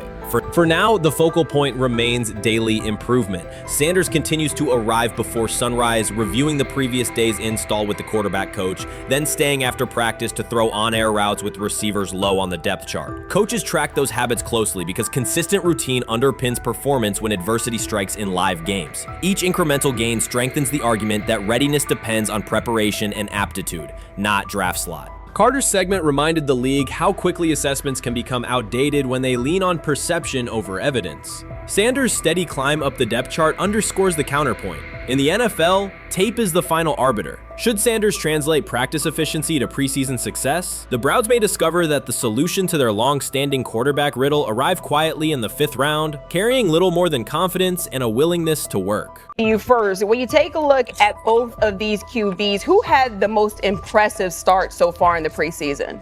Well, to me, it was Shedeur. I didn't see any interceptions when he was out there. Didn't see anything like that. I mean, don't get me wrong. I don't think Dillon Gabriel did a bad job. I was impressed with the brother, but I'm going to go with Shedeur. You know, the pressure was on him. The spotlight was on him. Stephen A. Smith didn't just call out Dillon Gabriel. He held him accountable and made him rethink his comments. The moment Dillon Gabriel spoke and went after Shedeur Sanders, it wasn't a minor slip. He crossed the line and stepped directly into Stephen A. Smith's wheelhouse. And Smith answered with a clear, direct response that left no room for misinterpretation. The comparisons were emanating from the media more so than anybody else. And that's what I think, that's exactly who I think he was directing his comments towards. Having said that, Dillon Gabriel, respectfully, it was stupid. A very dumb comment to make. First of all, let me tell you something right now. In every walk of life, far beyond the parameters of a football field. This wasn't casual sports commentary, it was a decisive critique. Dillon Gabriel's comments were taken apart by Stephen A. Smith with clear, direct points. Gabriel, a quarterback with solid stats but limited top-level achievements, chose to take a public shot at Shedeur Sanders. Shedeur, who has handled sustained media scrutiny and on-field expectations, became the target of an unnecessary criticism. Smith responded by challenging Gabriel's standing to make that claim, and by defending Sanders on the facts. The outcome was clear. Gabriel overreached, and Sanders didn't deserve the hit. Only Dan Orlovsky would sit up here in comparison to Shedeur Sanders, who did no such thing, and say, hey, thought he looked better. I got to give him the edge here. I thought it wasn't bad. A pick six and a fumble, and we can get over fumbles. Have you heard anybody say that? I know it's possible. Have you heard anybody say, get over? Stephen A. Smith responded immediately. As soon as Dillon Gabriel made his comments about Shedeur Sanders, Smith delivered a clear, point-by-point critique that drew national attention across the NCAA media cycle. Dillon Gabriel has a reputation as a good quarterback, not a dominant one. He can post strong numbers against opponents like Tulsa, but his performance has been inconsistent when the stakes and competition rise to playoff level. Well, those who produce get treated differently than those who don't. What he said echoes the mentality of all of America practically, and most certainly the world, as we see things being globalized more and more every day. It was a stupid, idiotic, immature comment, because clearly you were feeling the heat because a lot of people was talking about how Shedeur should be QB. Dillon Gabriel is a capable quarterback, but not a standout. Even so, he chose to talk down to Shedeur Sanders, a quarterback who has navigated constant scrutiny and pressure and still represents the future of a program that was struggling before he arrived. The comparison was weak. The criticism was unnecessary. Stephen A. Smith recognized that and dismantled Gabriel's argument with a clear, direct response. How the Browns react to this, how the locker room reacts to this, how Shedeur reacts to this, because it was a clear shot at Shedeur.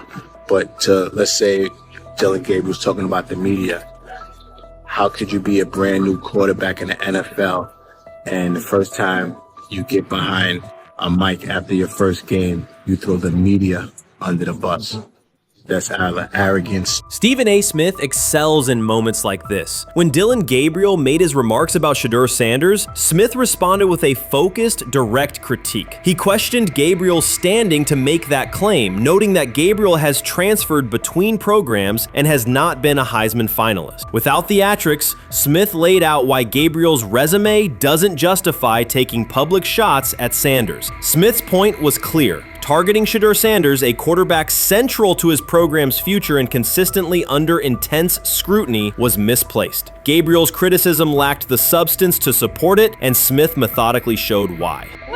To him today on his 42nd. I want you to be meaner. Birthday. That's number one. Number two, after the game, the Browns head coach Kevin Stefanski said there was a mix-up in the routes and that players were in the area that they shouldn't have been. Look at Stephen A's face. Look at Stephen A's face.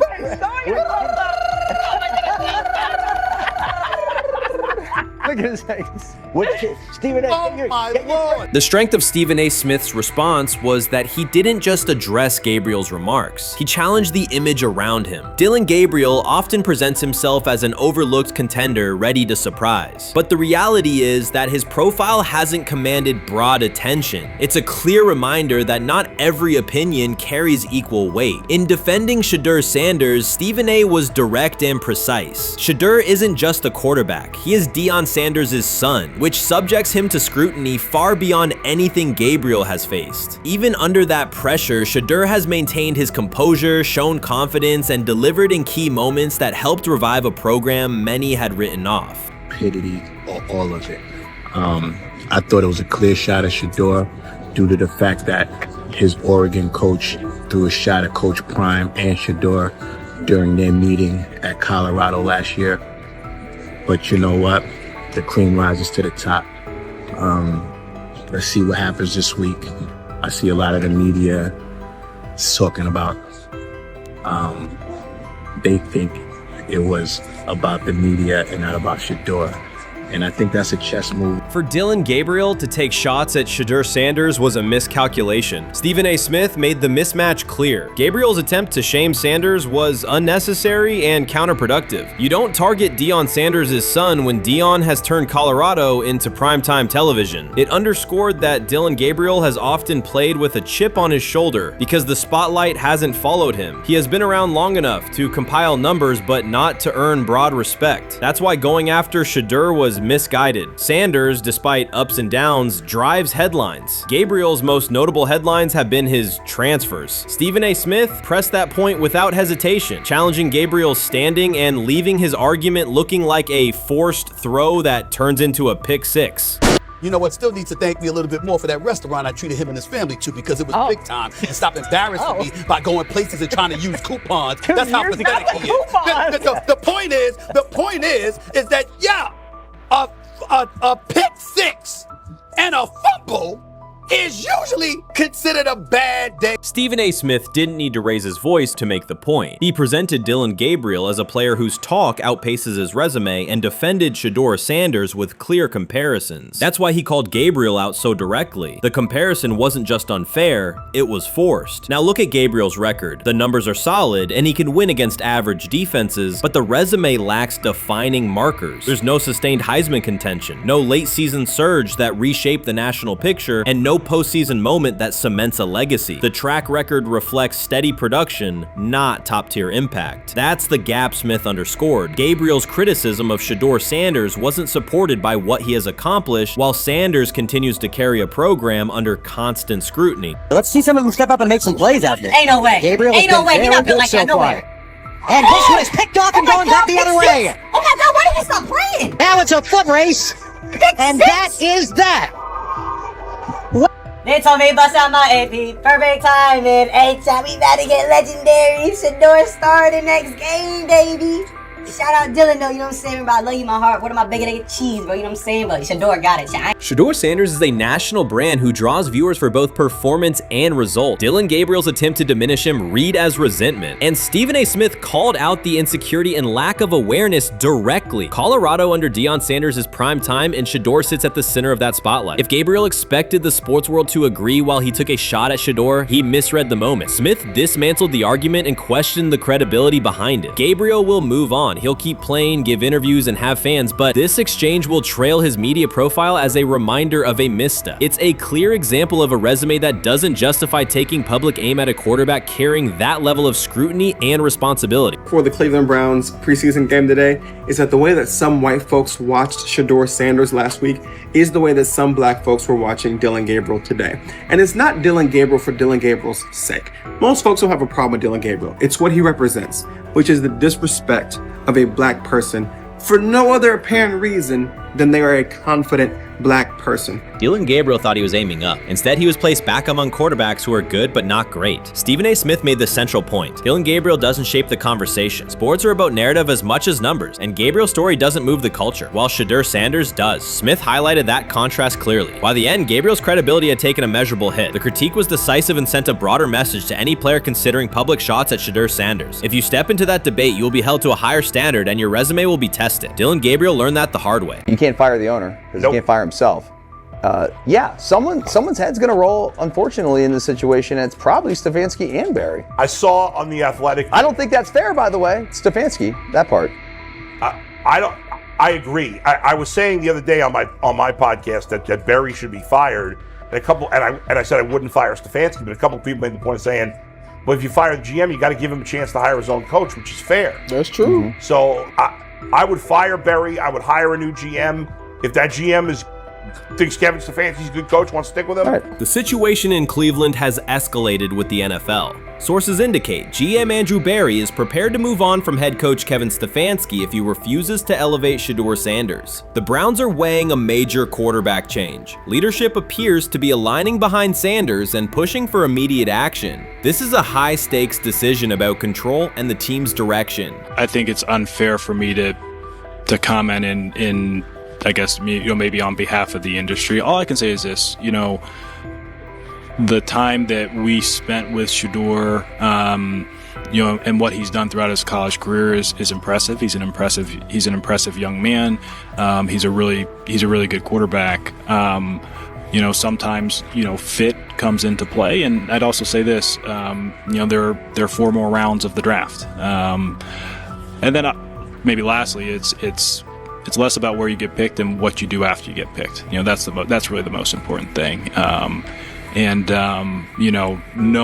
to know him over the course of the spring, he has a ton of resolve. Andrew Barry appears to be at a breaking point. Pressure from fans and within the organization to play Shedeur Sanders is intensifying. Barry is pushing for a move towards Sanders, while head coach Kevin Stefanski remains cautious about altering the depth chart. The divide is clear. One side wants acceleration, the other a measured rollout. The organization is under heavy scrutiny, and the focus has shifted to when, not if, Sanders sees the field. Has the 4th highest odds of any head coach this season to be fired. He's clearly on the hot seat. It's been a discussion for really a couple years now, dating back to last season's 3-win season.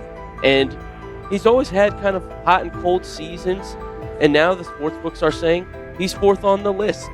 Number 1 is Mike McDaniel of the Miami Dolphins, Brian Dable of the Giants at 2, Shane Steichen at 3, and there is Kevin Stefanski plus 650 to be fired. This has moved beyond tension to outright stubbornness. Rather than elevating Shedeur Sanders, the staff has chosen Dillon Gabriel. The current depth chart looks less like a forward plan and more like resistance to change. Fans have been clear about who they expect to see, yet the organization keeps delaying. Every week without a real evaluation of Sanders slows development and blurs accountability. Cleveland is choosing a conservative approach when a decisive decision is needed, sending a message of uncertainty to both the locker room and the city. Now being the 3rd string quarterback for the Cleveland Browns, was that so much was made out of unbelievable.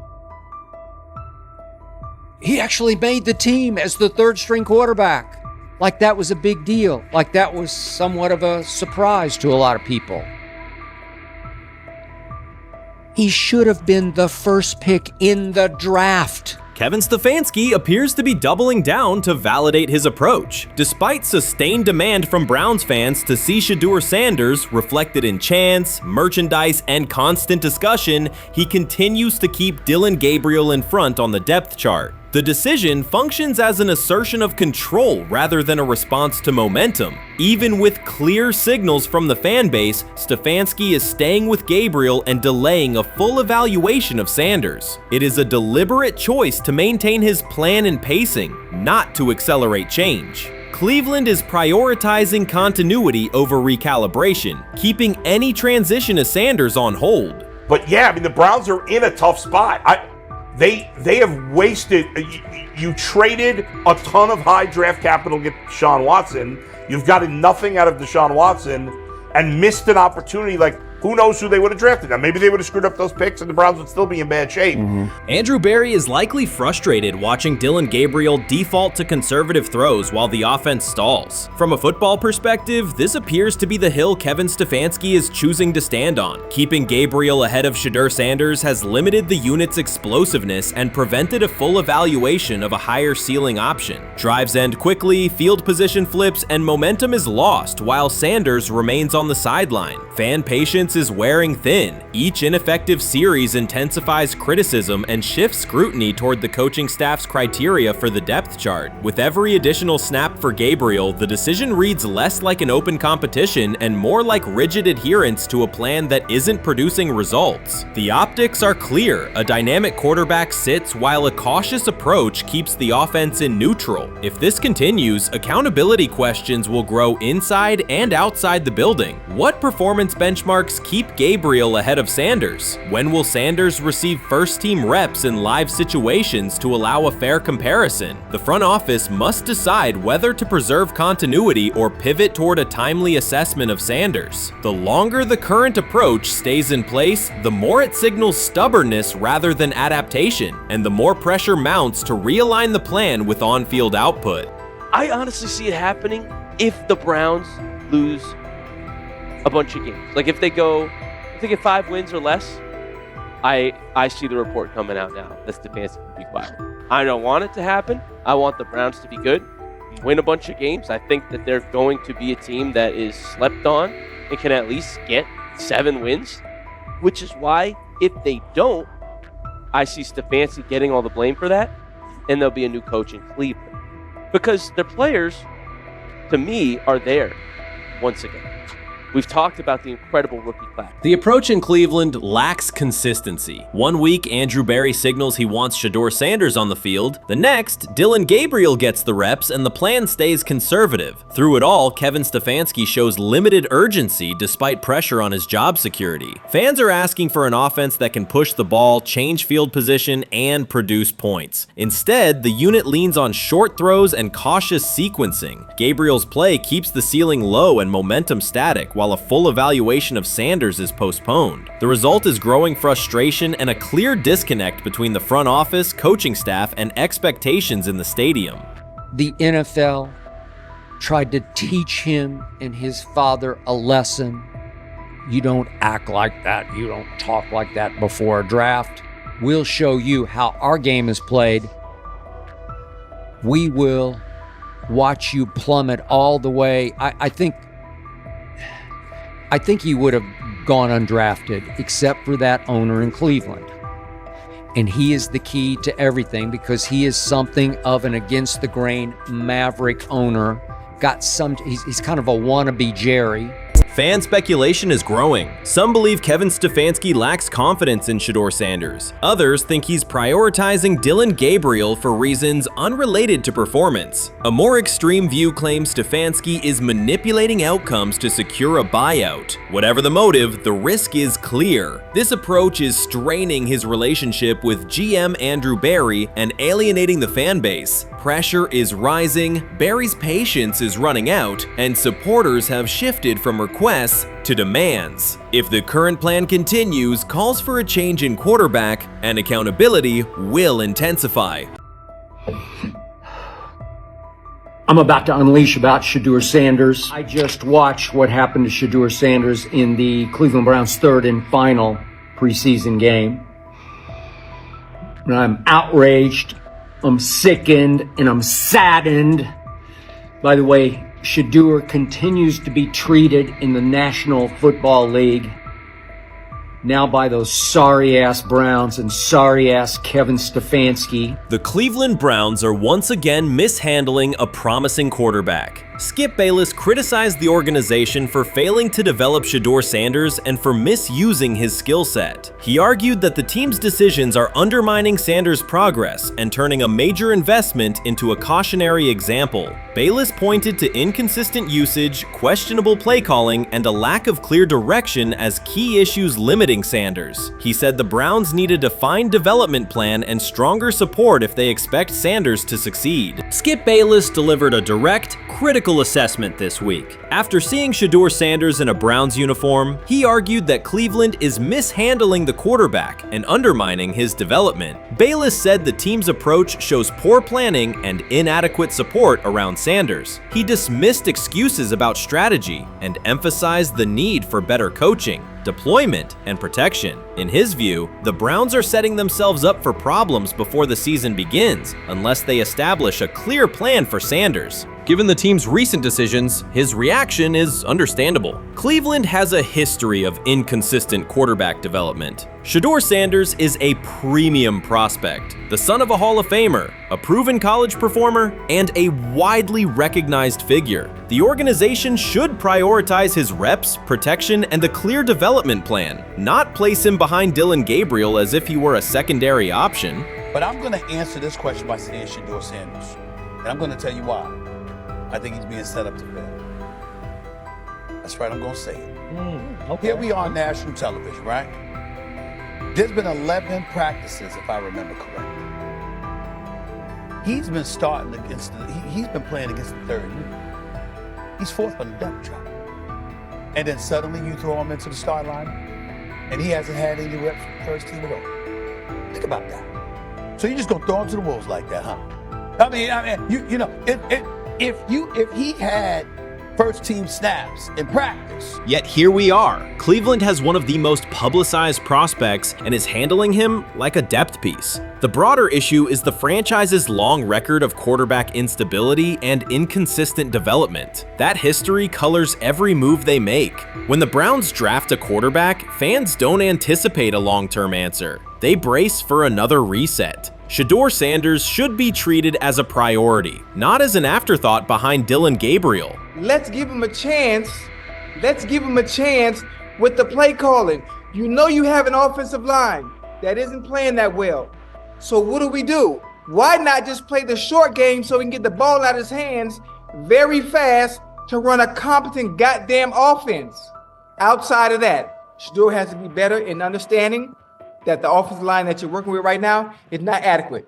Why not allow the players that are competing for a job, in this instance, Shedeur Sanders, to finish off the 2-minute drill? When Browns fans see another quarterback selected, they brace for another setback. The franchise's recent history, from Johnny Manziel's failed stint to the rocky handling of Baker Mayfield, reflects inconsistent development and short-term decision-making. Against that backdrop, Skip Bayless's reaction to Shedeur Sanders on Cleveland's roster was blunt. He argued the team is already mishandling a premium prospect by treating him as a secondary option instead of a centerpiece for the future. Bayless's position is straightforward. Sanders is not just a name, he brings proven college production, leadership traits, and significant visibility that can strengthen both the offense and the organization's broader profile. Burying him on the depth chart behind Dylan Gabriel signals a lack of a clear development plan and wastes early momentum. Instead, Bayless contends, Cleveland should establish a defined pathway.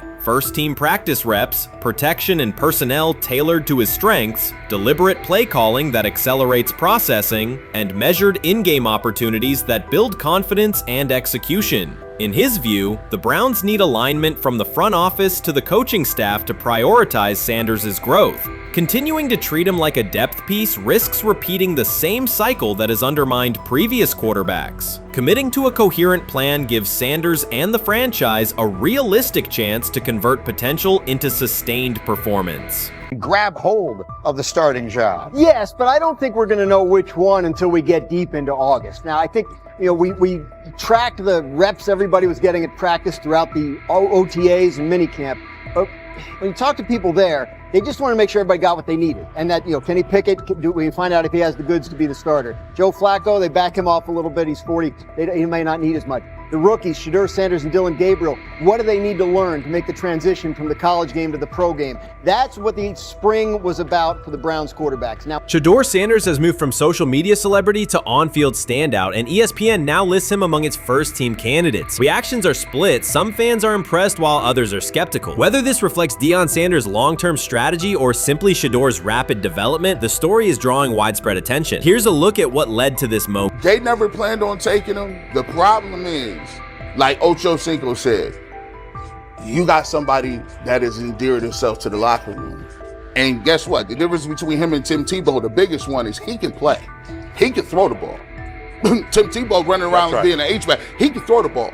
And he's done everything he needs to do. He ain't saying nothing. He ain't rocking the boat. He ain't mad about the reps. He ain't mad about none of that. All the people out there want to see is this, like Tyver said earlier. We want to see what he can do with Jerry Jeudy. Online reactions are sharply divided. Some fans strongly support Sanders, while others argue he is overrated. Traditional analysts cite statistics and claim his recognition comes mainly from his father's name. Sanders supporters are actively celebrating his rise and already predicting a future NFL career. Sports media outlets have made his candidacy a central topic of debate. The discussion now extends beyond statistics and victories to include his marketability, public image, and on-field presence. Sorry, is Shedeur Sanders going to get a chance to win this job? Do you believe he gets a legit shot to win this job? Listen, I think, first of all, the action's going to really start in training camp. Like, forget all the OTA stuff. You don't win a job in OTA. The real action starts in training camp. And just like Shedeur said, during the mini camp, when it's time to take your reps, you got to make the most of it. Because I think early on, there's going to be a lot.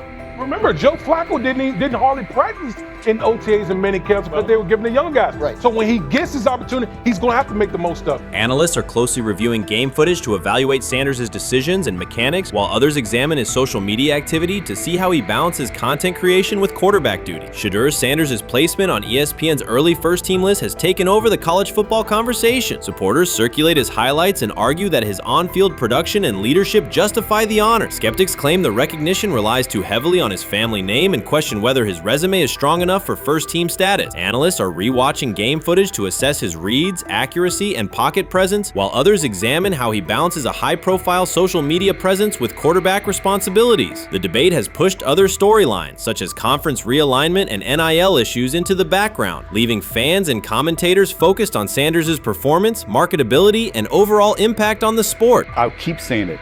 I believe Shedeur Sanders should play more games than any other quarterback on this roster this year, because he's the only guy that I look at and say they might have something here. Because I'm telling you right now, they left night one of the draft saying we are taking our quarterback next year. So it's on Shedeur or Dillon or Kenny, probably not Joe, to change their mind. To change their mind. But you got to find out. You've got to find out. Opinions differ on whether Sanders is benefiting from his family name or simply showing real progress, but the attention is undeniable. Social media is flooded with edited images elevating him to legendary status. Critics argue the first-team nod is driven by hype and marketability, while supporters point to his flashes of strong arm talent, field vision, and decision-making. Regardless of motive, the announcement has dominated the football news cycle and intensified debate over how much of his rise is performance-based versus media-driven. Highlight reels rarely show Sanders' turnovers, late-game mistakes, or inconsistent stretches. Being named to a first-team watch list suggests sustained dominance, something Sanders has displayed only in flashes. His selection appears driven as much by brand recognition and media appeal as by performance. ESPN's decision has intensified debate. Data-driven critics post statistics that question his resume, while passionate supporters predict awards and future NFL success. Commentators recall a time when first-team consideration required years of proven excellence. Yet many fans already see the announcement as confirmation that Sanders is on track for major college football honors. Shedeur Sanders has earned first-team reps when training camp commences later in July. I'm not saying like he's the first guy up when you do 11 on 11s, day 1, 2, 3, 4, 5 at training camp. I'm not necessarily saying that. But he's the one quarterback that we didn't get a chance to see take reps with the ones. But I think Shedeur has a chance to make this conversation interesting if he gets those reps with the ones and he has the same success that he did with the 2s, the 3s, and the 4s.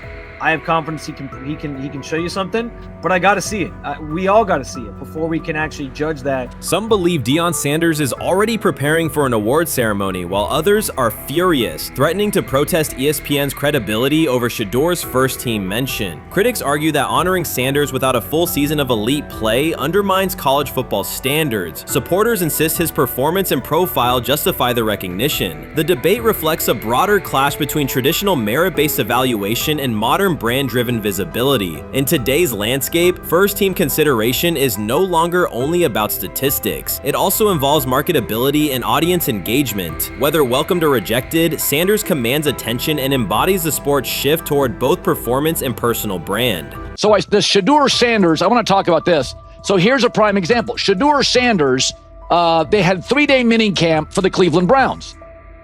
And now, Jimmy Haslam actually has some money. The Bengals owners and the Rooneys are near the bottom of the league in net worth. But what the Browns have is what I would call the Buffalo Bills used to have this years ago, pre-Josh Allen. What are Browns veterans saying about Shedeur Sanders behind closed doors? According to internal discussions, the feedback goes beyond casual praise. Several veterans describe his performance as franchise level. Private locker room conversations compare his command of the offense to established starters. And one senior assistant reportedly called him Sunday ready after a single walkthrough. The consensus is that front office staff and coaches have taken serious notice. Inside the Browns facility, informal conversations circulate among players and coaches. These remarks carry significant weight in personnel evaluations and often influence practice rotations. When veterans speak this strongly, the message typically reaches decision makers quickly, especially during roster planning. In short, the internal perception of Sanders is already affecting how the staff views the current quarterback depth chart. Browns vets kind of weigh in on Shedeur Sanders and how he's been since he arrived in Cleveland, in Pound Town.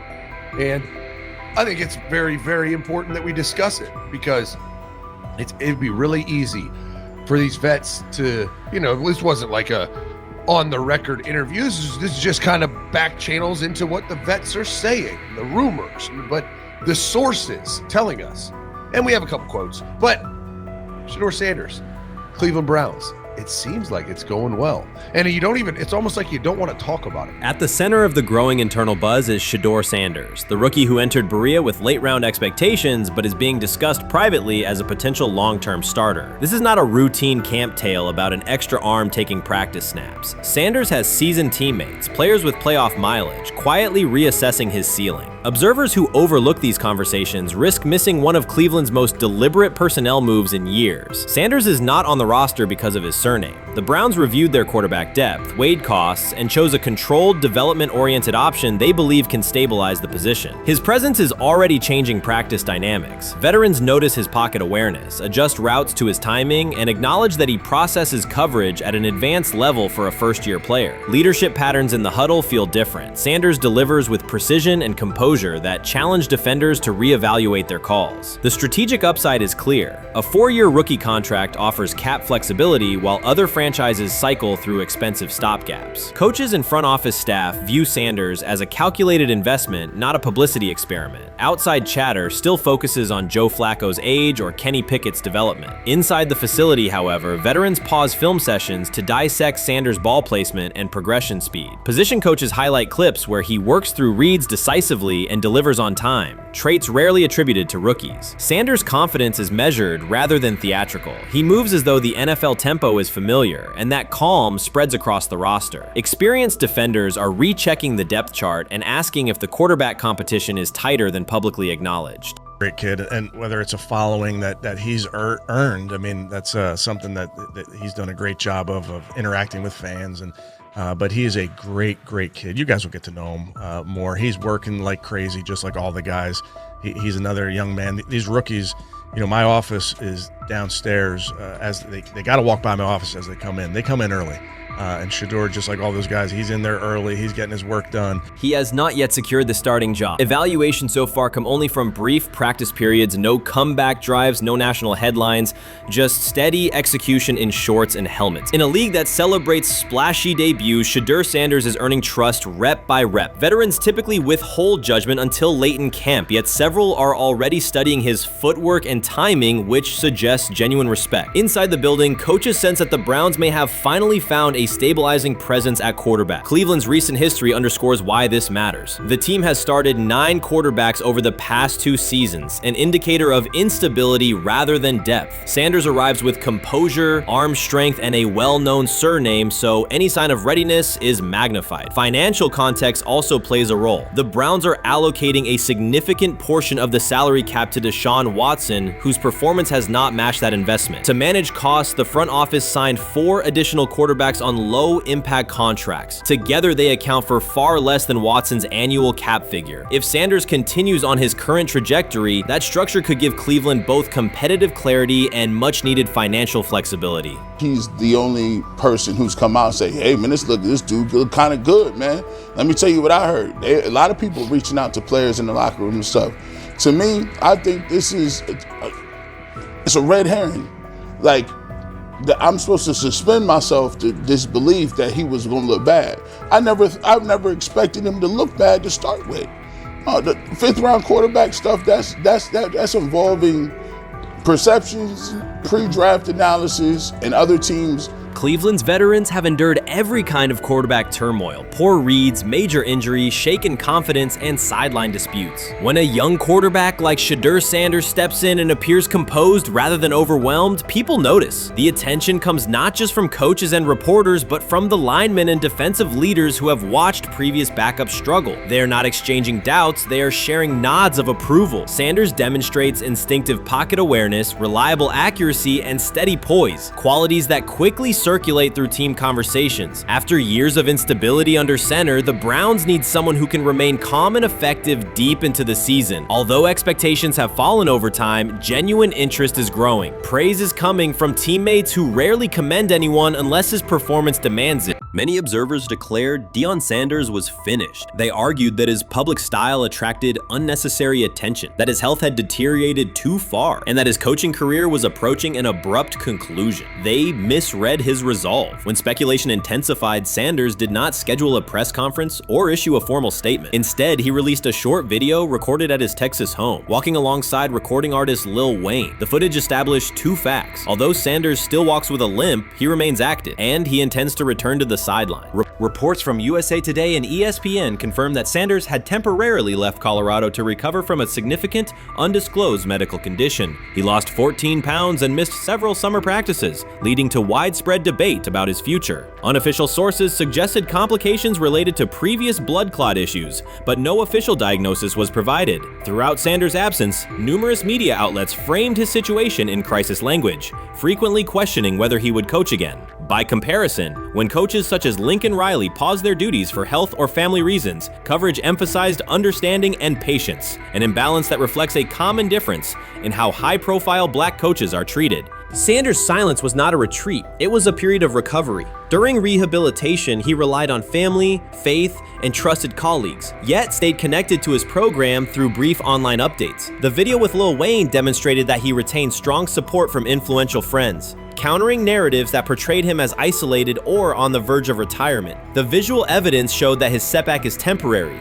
and that he remains determined to lead Colorado into the forthcoming season. Since accepting the Colorado position, Sanders has dramatically elevated the program's national standing. He first drew national attention to Jackson State and the broader HBCU football landscape, then moved to Boulder and transformed a one-win team into a central storyline in college athletics. His approach, combining hip-hop culture, direct communication, and open expressions of faith, has challenged conventional expectations for head coach behavior. Each step forward has been met with heightened scrutiny. His time at Jackson State was labeled a publicity stunt, his departure for Colorado was framed as abandoning HBCU culture, and his social media presence has been cast as distraction from traditional coaching responsibility. Critics often magnify Sanders' missteps and question his motives, while comparable actions by other coaches receive neutral or sympathetic coverage. Showings of enthusiasm enthusiasm from Brett Favre and disciplinary intensity from Nick Saban are celebrated as competitive passion, yet Sanders' displays of confidence are frequently labeled arrogance. The discrepancy illustrates deeper biases rather than differences in performance. Sanders' success challenges entrenched expectations of how a college football leader should look, speak, and act, especially a black coach who refuses to downplay his identity.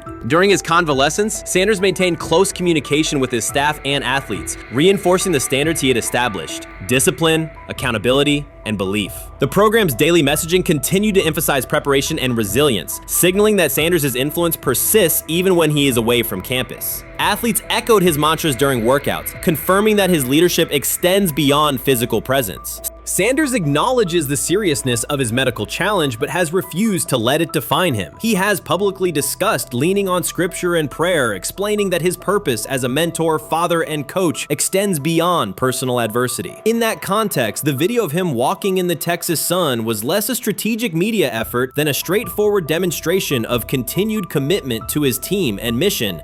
Colorado still requires Sanders' vision. Prior to his arrival, attendance was low, national media attention was minimal, and recruiting momentum had stalled. Sanders' leadership brought renewed energy, authentic identity, and higher standards of accountability. Players who previously lacked representation in college football leadership found a coach who shares, affirms, and elevates their cultural background. Sanders supplements conventional coaching priorities, scheme, fundamentals, and execution with empowerment initiatives that cultivate self-confidence and authenticity. As preseason camp approaches, Sanders intends to resume full involvement, even if medical recovery remains ongoing. His presence is expected to restore on-site leadership, stabilize the locker room, and direct media coverage toward on-field progress. For Sanders, the objective extends beyond compiling wins. It includes completing a cultural transformation that expands how success and leadership are defined in modern college football. Those who predict his decline overlook the underlying traits, faith, perseverance, and purpose that have supported Sanders throughout his career.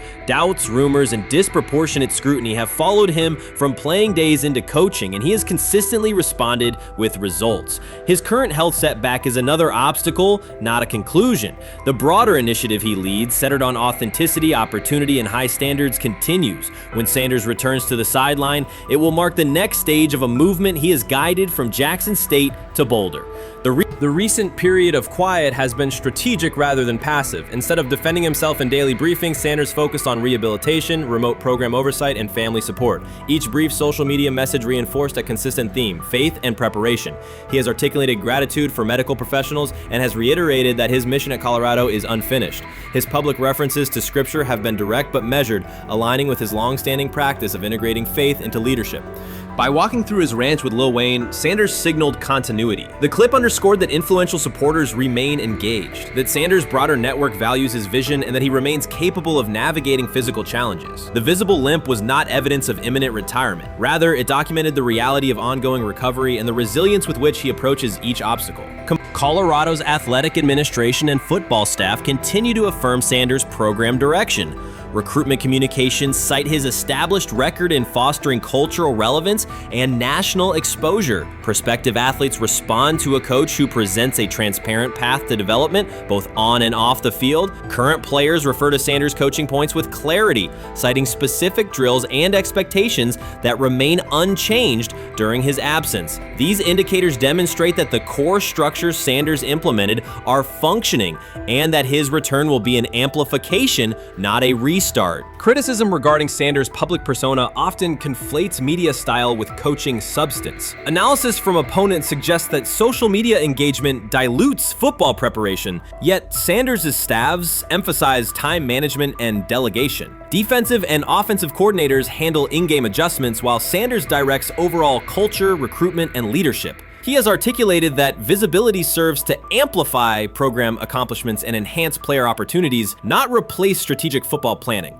Some commentary has attempted to reframe Sanders' health issue as evidence that his coaching model is unsustainable. The argument ignores the documented health challenges faced by numerous coaches across levels of competition. For example, college coaches recovering from heart procedures or joint replacements have returned to successful seasons after appropriate medical clearance. Sanders' case follows a comparable trajectory. doctor. Medical complications require temporary separation, structured rehabilitation is prioritized, and a managed return is planned. Institutional medical protocols at Colorado dictate clearance requirements. Sanders will meet those before resuming full sideline duties. Colorado's players have expressed public confidence in Sanders' eventual return, citing regular virtual check-ins and continued accountability. Several athletes noted that positional meetings included recorded messages from Sanders reinforcing tactical goals and personal discipline. These details confirm that Sanders has remained actively engaged, albeit remotely, and that team culture remains aligned with his principles. Looking ahead, Colorado's schedule will attract national attention, both for on-field competitiveness and the storyline of Sanders' comeback. Analysts will evaluate how quickly he reestablishes day-to-day rhythm and whether his physical limitations influence practice oversight. Internal planning accommodates gradual escalation of responsibilities, with medical staff and strength and conditioning personnel contributing to phase reintegration.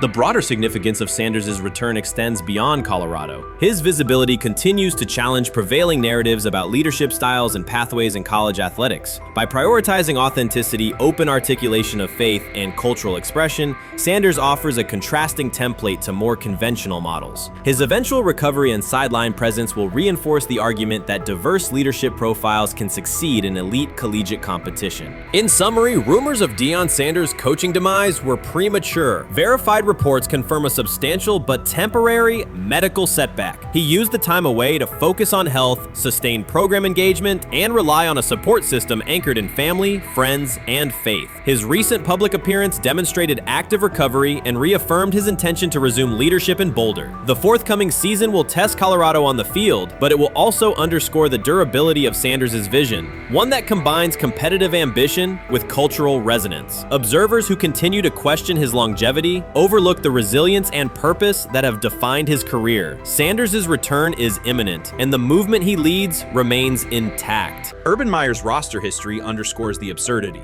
Meyer coached Aaron Hernandez, whose off-field crimes are well documented, along with other players entangled in assaults, academic misconduct, and more. Yet Feinbaum singled out Newton, a national champion, Heisman Trophy winner, and NFL MVP, as the worst. This selective condemnation is not new. When Deion Sanders recently suggested implementing an NIL salary cap to restore competitive balance, Feinbaum dismissed the proposal and called Sanders a hypocrite rather than engage with the substance. The pattern repeats. Feinbaum routinely targets Cam Newton, Deion Sanders, Jameis Winston, Lamar Jackson, outspoken black athletes and coaches, while extending grace to figures such as Nick Saban, Kirby Smart, Dabo Swinney, or Tim Tebow under similar circumstances. Newton is no longer content to remain silent while others distort his story. In response, he laid out an accurate chronology, highlighting facts the commentary networks rarely repeat. One long-standing myth is that Newton was expelled from the University of Florida. He was not. Tim Tebow held the starting job unchallenged, and Meyer had no intention of displacing his star. Like thousands of athletes each year, Newton transferred to find a place where he could play. The move was strategic, not disciplinary. He is with 3-2-2-5-3-17 to transfer to Ann Moorbeck. Meyer was. Critics habitually resurrect the 2008 laptop incident to tarnish Newton's entire career. Newton has acknowledged the mistake, but its relevance is overstated. The incident did not prompt his transfer, nor did it derail his trajectory. After leaving Florida, Newton enrolled at Blinn College, a Texas JUCO powerhouse, and led the Buccaneers to a national championship while posting dominant statistics. That performance earned him the opportunity to transfer to Auburn. At Auburn, Newton produced one of the most extraordinary single seasons in collegiate history. More than 4,000 yards of total offense, 50 combined touchdowns, an SEC title, a national championship, and the Heisman Trophy. Achievement compressed into a single year under intense scrutiny. Even that landmark season is recast by Feinbaum as a cautionary tale. He claims Newton ignored head coach Gene Chizik by diving for a goal line touchdown when told to kneel, jeopardizing the game. In reality, Newton explained that the decision was a collective adjustment made in the huddle after reading the defense. While Auburn still held timeouts, the Tigers maintained control and secured the championship. Portraying that moment as reckless serves to recast Newton's success as selfishness rather than leadership. Feinbaum's approach to Sanders reflects the same dynamic. When Sanders urged a structured NIL ceiling to protect athletes and stabilize rosters, Feinbaum immediately labeled him hypocritical. Yet when Saban or Sweeney voice identical concerns, Feinbaum frames them as thoughtful guardians of the sport. The inconsistency reveals that the determining factor is not the argument but the identity of the speaker. Unapologetic black leaders who control their narratives, challenge entrenched hierarchies, and Feinbaum's commentary often functions as a check on that influence.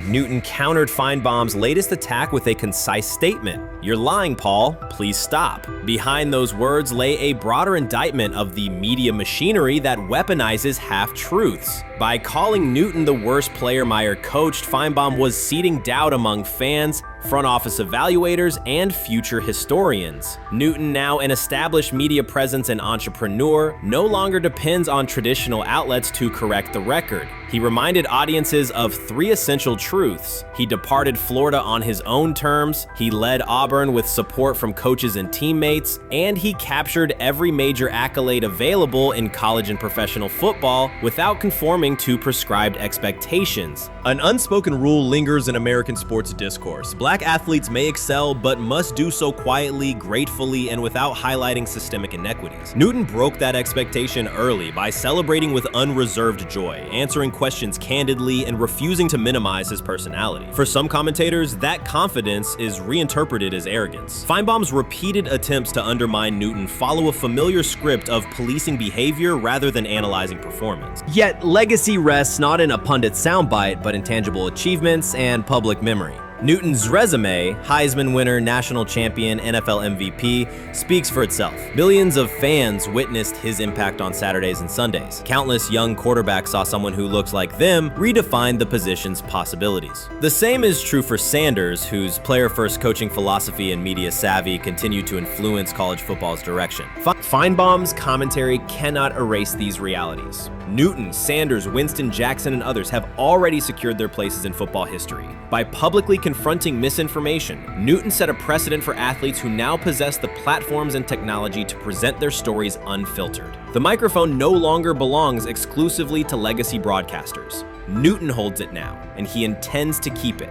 A decisive shift that reduces the gatekeeper's influence and ensures that accomplishments are judged on merit rather than narrative manipulation. Shedeur Sanders doesn't ask for excuses. He hasn't blamed limited reps, patched together receiver groups, or fourth-string offensive linemen struggling against Cleveland's second-team defense. He shows up, works, and demonstrates why he belongs. On day 3 of Brown's training camp, for the first time since OTAs, he finally received something close to a fair opportunity. He lined up with the second unit during an 11-on-11 period and made the most of it. In 8 plays, he did what he typically does when given a chance. He executed. He went 2 for 2 on a quick series, finishing with a decisive throw to tight end Blake Whiteheart that immediately caught the sideline's attention. There was no hesitation in his drop, no unsettled feet, and no panic. Just firm, accurate timing and clean operation. It raised an obvious question. What has taken so long for the Browns to evaluate him with a functional group? The story isn't only about one throw, it's about the delay before it. Sanders has been the guy for most of his football life, commanding high school programs, starring in the Southwestern Athletic Conference at Jackson State, then operating under national attention at Colorado. For the first time, he's been told to wait. He has treated that reality as part of the job rather than a setback. He has prepared like a professional since the moment he arrived, and on the 3rd day of camp in heavy heat, he let the football represent his case. While coverage focused on the veteran presence of Kenny Pickett and Joe Flacco, Sanders made an impression with minimal volume. The difference with the second team was immediate. Protection held up, routes were on schedule, and progressions unfolded as designed. Within that structure, he looked like the quarterback who led efficient offenses at Jackson State and Colorado. Calm in the pocket, decisive in his reads, and accurate to tight windows. This was not simply a good practice period, it was a clear statement. He was not just operating the script, he was directing it. The timing was sharp, the reads were clean, and the seam throw to Whiteheart was a high-level anticipation throw, professional in placement and pace. The narrative around Sanders should reflect that when he is placed in a workable situation, his strengths are visible. Early work with 4th unit personnel included protection issues and unreliable spacing. With the 2nd unit, those variables stabilized, and his work looked consistent with his resume. The performance supported a straightforward conclusion. The evaluation should move forward with higher quality reps. Sanders has been explicit about his approach. He does not request special treatment. He intends to be prepared so that when an opportunity appears, ensures he can step in without a drop-off. He has said he wants to be ready for anything and not offer explanations after the fact. That mindset fits what teammates and coaches have observed. A quarterback focused on the assignment, not the conversation around it.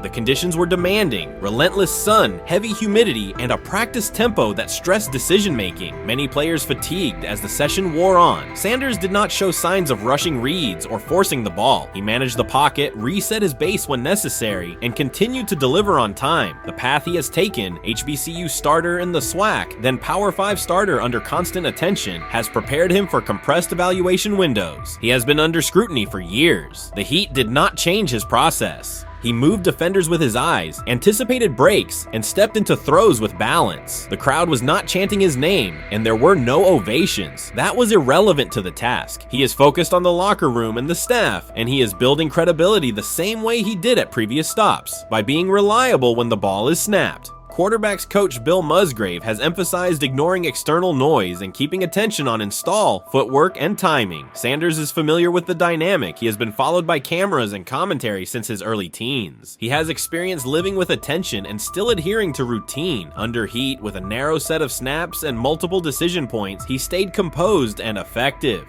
2 speeding citations, 91 miles per hour in Brunswick and 101 miles per hour in Strongsville, became national items. General Manager Andrew Berry characterized the decisions as not smart and stressed that it's not only about driving fast, but about the safety of others. Sanders accepted responsibility, stated that he learned from the incidents, and said he would follow the rules. The attention to those citations did not alter his daily schedule or his practice preparation. He arrived early, stayed engaged, and kept the discussion centered on work.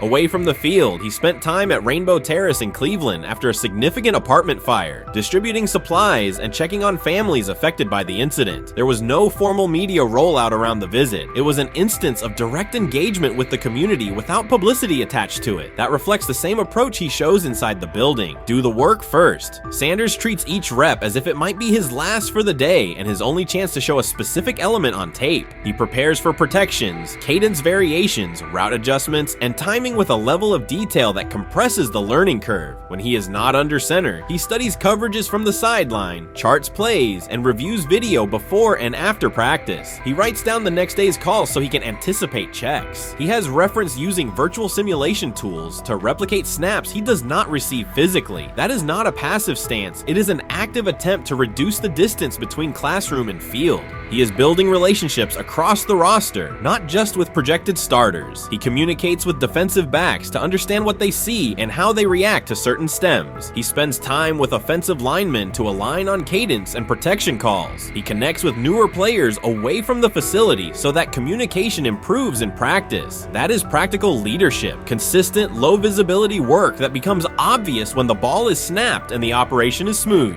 3 days into camp, a central question remains. Why hasn't he taken a first-team rep? Flacco has seen work. Pickett has seen work. Dillon Gabriel has been cycled in. Sanders has remained behind all 3 on the depth chart while producing efficient periods when provided stable support. Head coach Kevin Stefanski has not publicly detailed the plan for distributing first-team snaps among the quarterbacks. When asked, Sanders answered that it is not his place to comment on rotation decisions. That response aligns with his day-to-day conduct, respectful, professional, and centered on the next assignment. The staff is managing a room with a Super Bowl MVP, a former first-round pick, multiple rookies, and a new set of combinations on the offensive line. That creates a set of decisions about exposure, pacing, and evaluation windows. Within that context, Sanders has presented a clear case for additional evaluation. He has shown he can execute the offense as designed when the variables are standard. Musgrave has a long-standing connection with the Sanders family through his time as a teammate of Deion Sanders in San Francisco. That familiarity supports direct communication. It does not guarantee anything about the depth chart, but it does help streamline teaching, feedback, and expectation setting. Inside the defensive back room, veterans such as Denzel Ward have provided perspective on timing, leverage, and eye discipline that Sanders has incorporated into his preparation. He is operating without the immediate family structure that defined his college environment. Away from his brother Shiloh and his father Deion, he is managing his own housing, nutrition, recovery schedule, and all the smaller tasks that accompany an NFL NFL routine. Those adjustments matter because they influence consistency across a long camp. He has treated those responsibilities as part of the job rather than distractions, which is reflected in a steady daily approach. What he showed on day 3 with the second unit was not a surprise to those who have tracked his prior work. It was a continuation of a profile: efficient sequencing, clear timing, and consistent ball placement when protections and routes hold up. The 8-play period was short, but it was enough to reinforce the point. He doesn't need a large sample to demonstrate baseline operation. He needs a fair sample to test ceiling and adaptability. There is also the matter of perception. Public attention concentrated on the speeding tickets and the general manager's response. Less attention fell on the preparation, the efficient period with the second team, or the community engagement at Rainbow Terrace. That imbalance is common in training camp narratives. Sanders has handled it by keeping his answers simple and his focus on football. He has not tried to redirect the conversation. He has done his work and waited for additional reps. The objective next step is straightforward: expand the evaluation with higher unit personnel and standard opponents. That does not require a complete reshuffling of the depth chart. It requires allocating a defined sequence of first-team snaps so that timing with starting receivers and protections with starting linemen can be measured on tape. The staff can then compare operation speed, accuracy under pressure, red zone decision-making, and 2-minute mechanics against the other quarterbacks. That is the most direct way to clarify the competition. None of this dismisses the experience or track records of the veterans in the room. It emphasizes that the purpose of camp is to test assumptions with current performance. Sanders has provided enough evidence with the second unit to justify a broader look. He has shown that the pace of his feet matches the pace of his eyes, that he can hold safeties with his shoulders, and that he can drive intermediate throws without float. He has also shown discipline to take the clean completion rather than force the vertical shot when leverage dictates otherwise. Every day, he has addressed the controllable items: meetings, note-taking, install recall, cadence management, and post-practice review. He has not asked for public guarantees. He has asked for an opportunity to compete on comparable terms. The 8-play sequence with the second unit was a small but clear example of what he can do when those terms exist. The staff's communications have been measured. Stefanski has not laid out a schedule for first-team rotations publicly. Barry addressed the speeding incidents directly and emphasized standards for decision-making off the field. Sanders accepted the criticism, adjusted his behavior, and moved forward. Those are the relevant facts. What remains is a football evaluation that can only be completed by giving him snaps with the top group and measuring the results. If that evaluation occurs and he performs at the level he showed with the second unit, the conversation will shift from potential to placement. If it does not occur, the question will persist through camp. Why not test the full picture? Sanders has built a case based on preparation, poise, and execution. He has demonstrated leadership by building relationships across the roster. He has shown maturity in handling external issues directly and moving on. He has given the staff reasons on the field and in the building to continue the process. 3 days into camp, he has answered everything within his control. He has shown growth, discipline, and consistent operation. He turned early fourth-team disarray into learning, then executed cleanly when moved to the second unit. He kept the discussion on football when outside topics threatened to dominate. He has not tried to win a press conference. He has tried to win every rep. If he continues to stack days like this, the next step is logical. Evaluate him with the starters, document the results, and let the tape determine the depth chart. Until then, he will continue to prepare, continue to compete, and continue to present the same message through his play. Shedeur Sanders did not treat day 4 of Brown's training camp as anything other than work. He completed 8 of 11 passes with 3 touchdowns, operating with control and accuracy throughout the red zone periods. The throws were varied: a well-placed ball to rookie Luke Floria that led him across the goal line in stride, a firm throw to Cade McDonald over middle after a quick read, and a tight window completion to Deontay Johnson at the back of the end zone with 2 defenders closing. The sequence showed timing, poise, and placement under pressure. While national attention centered on Joe Flacco's underneath completions and Kenny Pickett's option and rollout periods, Sanders produced scoring plays on schedule. The performance was not the product of broken coverages or end-of-period reps. It came within structured work with defenders in position and the offense executing standard progressions. The accuracy rate, 8 completions on 11 attempts, reflected consistent mechanics and decisions. The operation was steady from huddle to snap to finish. Despite that session, the distribution of first-team snaps did not change. Camp logs indicated that Pickett and Dillon Gabriel continued rotating with the starters, while Sanders remained primarily with the second unit. With the first preseason game approaching, that choice drew more attention from observers who expected productive days to be followed by expanded opportunities. The question surfaced again: what additional evidence is required to evaluate Sanders with the top group? The 3 touchdowns illustrated different aspects of his profile. On the throw to Floria, Sanders used a measured trajectory to lead the receiver away from contact and into the end zone. On the ball to Johnson, he identified leverage, held the safety with his shoulders, and delivered to a precise spot at the back line. On the throw to McDonald, he eliminated the first read, reset, and drove the ball into the window before the hook defender could squeeze it. Each score reflected a particular tool: anticipation, manipulation, and velocity within standard timing.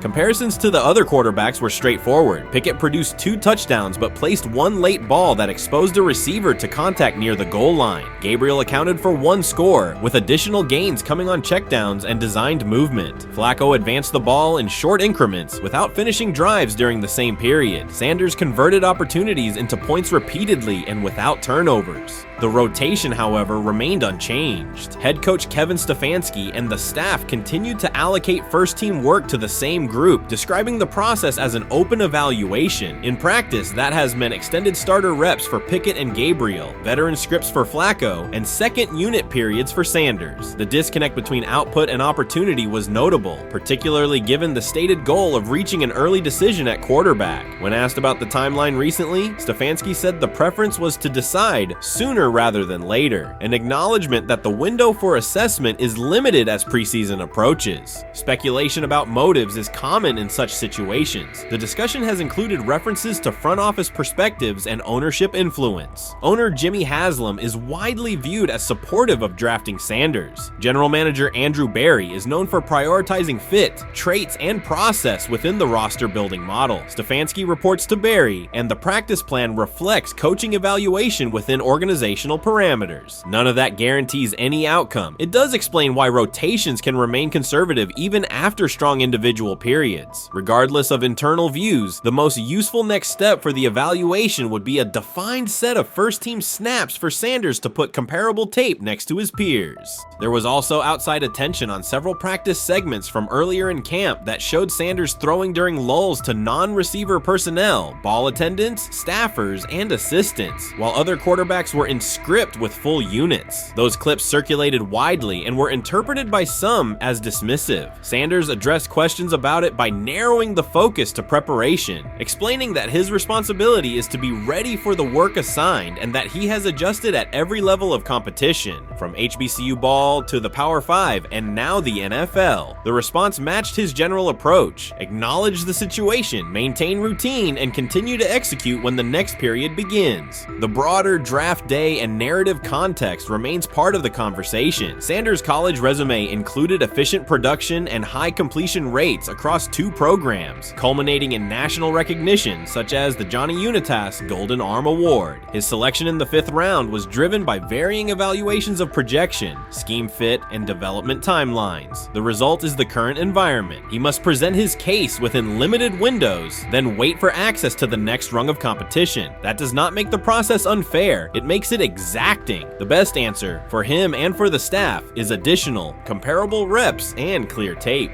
Fan reaction after day 4 was direct. Social accounts and comment threads filled with assessments that centered on performance rather than reputation. Sanders produced 3 touchdowns, avoided negative plays, and showed command in the red zone. Supporters pointed to that tape and asked for opportunities with the starters to verify whether the same rhythm carries over with the top receivers and linemen. The message was not about headlines. It was about the logic of evaluation in a compressed calendar. From an operational standpoint, Sanders' day reflected consistent fundamentals. His base was disciplined, his eyes matched his feet, and his timing aligned with route depths. On the Johnson score, he used a subtle shoulder turn to hold the safety before resetting and throwing to the back line. On the McDonald throw, the ball was out on the second hitch, arriving before the defenders could converge. On the Floria play, the arc and placement minimized the hit risk and maximized the run-through. Those are portable traits. They translate across units if the timing with receivers is established through reps. The staff's balance balancing act is real. They must prepare the presumed Week 1 starter with sufficient continuity, while also giving developmental players enough exposure to judge ceiling and floor. That tension is present in every camp. The cleanest path through it is to carve out defined first-team sequences for each competitor and evaluate the tape against comparable defenses and situations. High red zone, low red zone, third and medium, and 2-minute. Sanders' performance on day 4 strengthened the case for such an allocation. Context matters off the field as well. Earlier in the offseason, 2 speeding citations, 91 miles per hour in Brunswick and 101 miles per hour in Strongsville, prompted public comment from Barry, who emphasized standards and safety. Sanders accepted responsibility, stated that he learned from the incidents and moved on. In camp, he has kept the focus on football tasks, install retention, cadence management, protection IDs, and post-practice review. He has also continued to build rapport across position groups, including veteran receivers and defensive backs, so that timing and expectations are clear when reps arrive.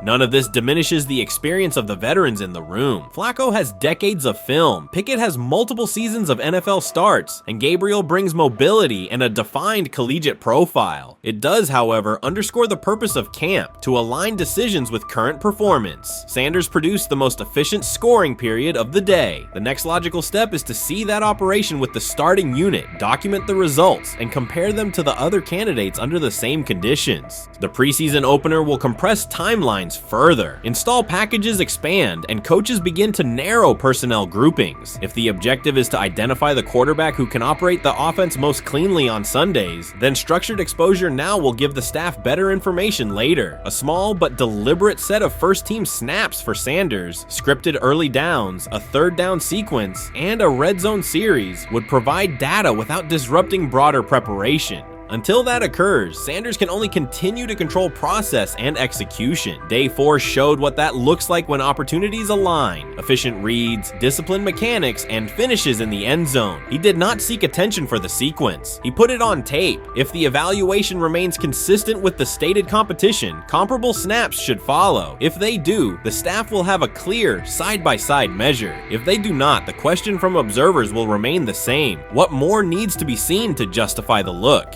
For now, the record from day 4 is clear. 8 completions on 11 attempts, 3 touchdowns, no turnovers, red zone precision, consistent control at the line and in the pocket. Those are tangible outputs. They merit a defined opportunity with the starters as the team moves toward preseason and the decision that follows. Whether or not that opportunity arrives immediately, Sanders has shown the preparation and execution necessary to be evaluated on equal footing. The next step is a matter of allocation, not speculation. Rich Eisen addressed the armchair analysts and online critics head-on. Shedeur Sanders just received his opportunity, and the backlash arrived immediately. Eisen responded with a clear, point-by-point case explaining why the criticism misses the mark. If you thought Shedeur's rise was rapid, Eisen's analysis puts it in proper context. Here's what he laid out on air. Already speaking in Cleveland high schools. Weekend after, flying out immediately to get to work. But his character's terrible, right? You know, and listen, oh, he interviewed bad, you know. According to who? The New York Giants? No offense, Bert. The same New York Giants that gave Daniel Jones a huge contract and let Saquon Barkley out the door. That's the intel we're trusting here? That was for him to celebrate. He just made, I mean, look, he put in work in college. He had the privilege of being coached by his father. Which we all would love and do. Turned around not 1, but 2 programs in college football. And then literally for any athlete, being drafted at the highest level is a success story in itself. Rich Eisen delivered a direct response to the critics. He addressed the online claims reducing Shedeur Sanders to Deion Sanders' son instead of evaluating him as a quarterback on merit. Eisen challenged those assumptions and refocused the discussion on performance, preparation, and opportunity. Say Kenny Pickett had strained his hamstring.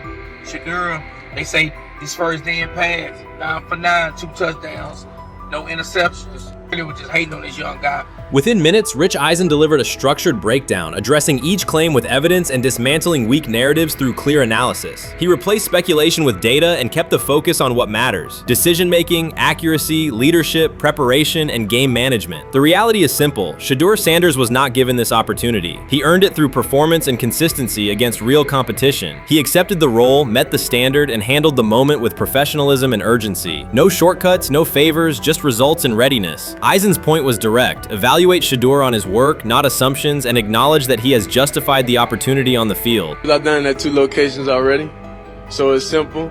So that's why when people say I'm not, one of the top quarterbacks or the top quarterback, because what are y'all going based off of?